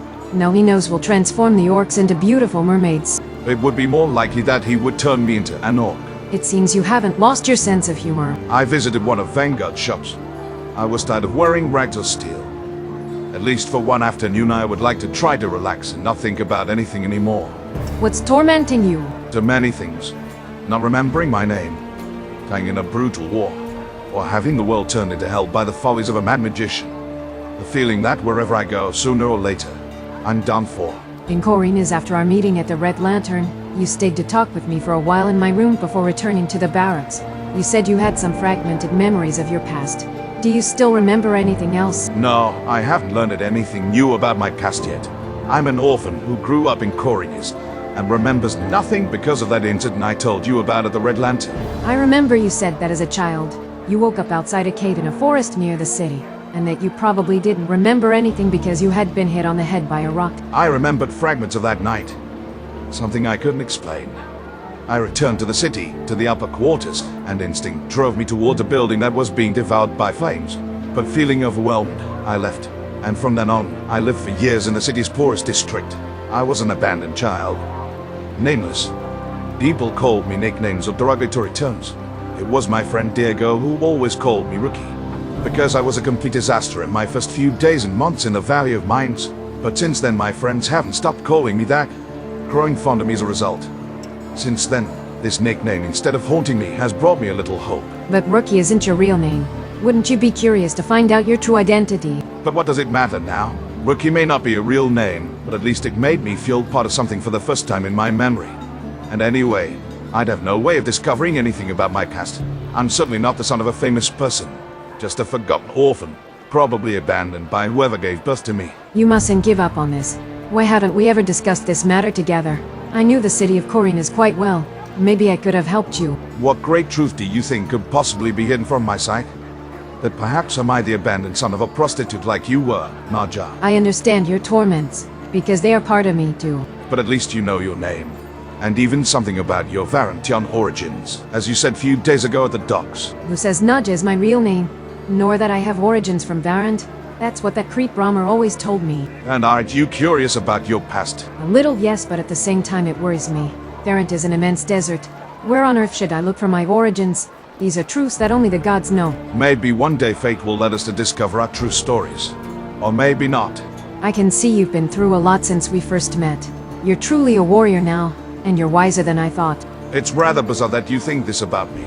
I consider myself lucky to have survived everything that happened to me. But had you really never been with a woman before me? Of course, I've been with many women before you. What makes you think otherwise? Really? You seemed pretty awkward when we had sex that afternoon at the Red Lantern. I'm sure you had me confused with one of your other clients back then. I had no customers after you that afternoon. And I didn't have many after you in general anyway. Business was bad for Brahmer. The citizens no longer had the gold to afford the pleasures of the flesh. And in any case, I tried to avoid sleeping with other men after our meeting. Wait a minute, you're not telling me you really like me? I couldn't tell you. But after being with you, something in me changed. You looked at me differently than all the other men did. You were hard on yourself, but I realized that you were actually a good man. I was on a mission for Lord Andre. The army needed to stop that Swampoid trade. Well, of course I remember. Especially how you locked up that bastard Borka. He was the worst. He abused all of us girls. Not a moment went by without being groped. If you hadn't helped me, we would never have been able to frame him and have him arrested by the militia. But at the same time, you had fallen in love with me. I could see it in your eyes. What? No. You were really beautiful though. Is that all? Then, why did you choose me out of all the girls in the brothel? Because you have gorgeous hair, and eyes as black as the night. Well, that's not to mention your ample hips. All right. I admit I chose you because, to me, you were the most beautiful woman I'd ever laid eyes on. What? Really? Was I the most beautiful woman you'd ever laid eyes on? Before ending up in the Valley of Mines, I lived in Corinas in the Poor Harbor District. I worked for various merchants as a porter and longshoreman to earn a few scraps of bread. I knew about Brahma's brothel, but I'd never been there. How could I afford to frequent that place without gold coins? But once you stepped out, probably for some fresh hair, still wearing the ropes of lust, and I saw you. You were very young like me, but you were already beautiful. That was a life forced upon me as a child, one I only wanted to escape. And now that you're in Myrtana, what will you do? Good question. Perhaps I could pick up a sword killing everyone and become the tyrant queen of Myrtana. Or perhaps I could work in the market selling fruits and vegetables. Or perhaps just as I came here, so I will leave. Sailing to the unknown western continents where people are said to have pointed ears. Or even to the far east beyond the great island of Borthar where people are said to have narrow eyes. I get your point, Naja. You really have no idea what to do next. Would you accompany me to the hills west of Engard? What do you have to do there? The day after we arrived in the capital on Garvel's boat, I encountered a group of children playing in the streets of the harbor. One of the girls, while playing with the other children, grazed her knee. Since I had some medicines I had brought from Corinas, I treated her. She then returned to her parents, who were farmers, and they had come to the city to sell the products from their farmlands located in the hills west of Vanguard. To thank me, they gave me 10 gold coins. I wanted to refuse them, but as Vilaya Marvin and I told you, we needed gold to survive. The pirates who attacked us at sea were just as ragged as we were. We couldn't even sell the few weapons they had since, as Martin explained, they were just worn-out scrap metal in terrible condition. But now that Ivy is back in the capital, she's given both me and Vilaya some gold. So now I'd like to repay that family. 10 gold coins is a lot, and I think that family needs them more than I do. I'll have to put my paladin armor back on again. What to me? For years now, I've almost always found myself lounging around buried in armor of various kinds.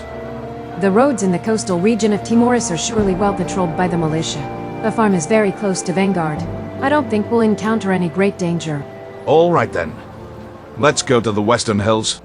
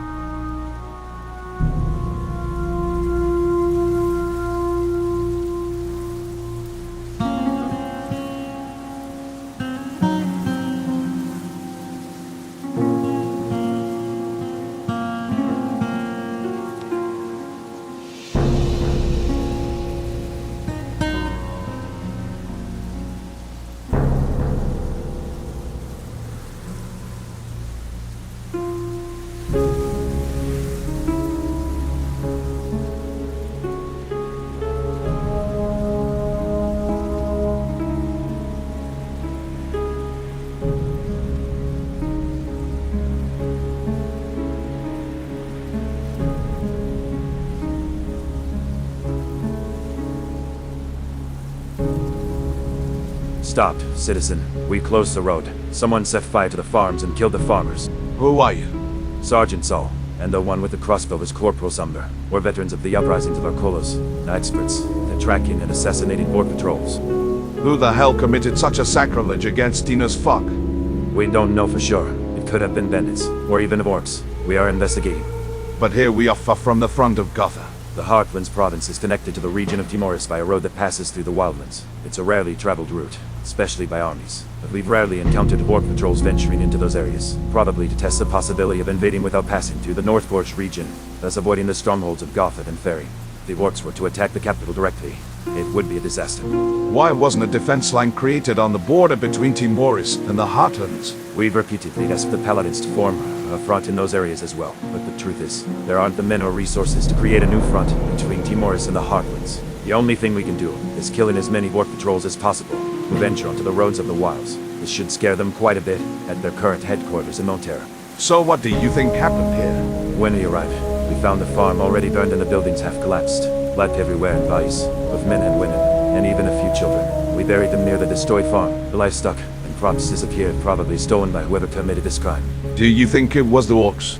Yes, there is some evidence that suggests a Rainby and Orcish patrol that we had been chasing for several days. The orcs suffered. No casualties, unless they carried their dead away to bury or burned them elsewhere. And anyway, I doubt a small group of peasants armed with pitchforks could do anything against a patrol of orc warriors. Did you find any suspicious clues? The crossbow bolts are clearly orcish workmanship. Orcs are extremely skilled at forging axes, great swords, and spears.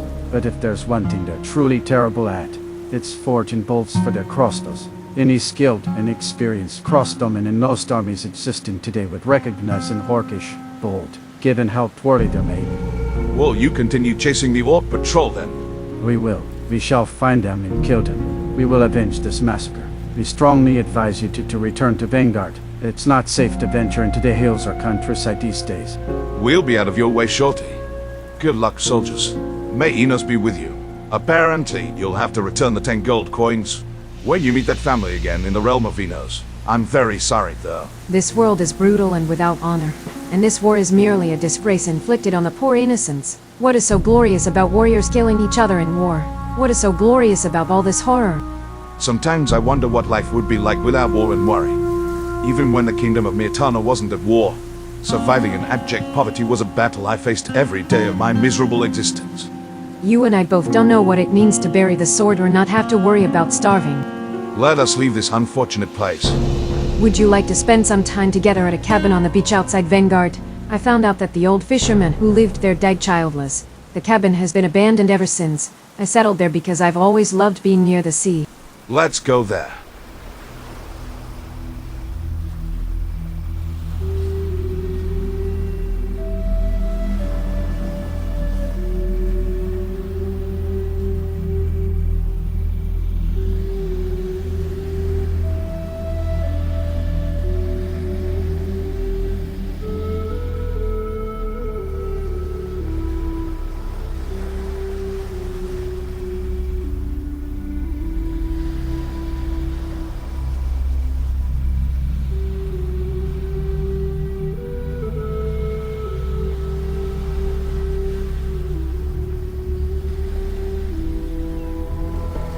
How did the roast rabbit meat taste? Damn good. Where did you learn to cook so well? Well, in Corines, obviously. During our free time. It was one of the pastimes allowed to us women in the brothel. Well, maybe this was really a reason to visit you again. I would have been happy, but you never came back. I had little time for myself. I was constantly preoccupied with something urgent, and honestly, I was scared for most of my time in Corines. It's not every day you find yourself in the situations I found myself in.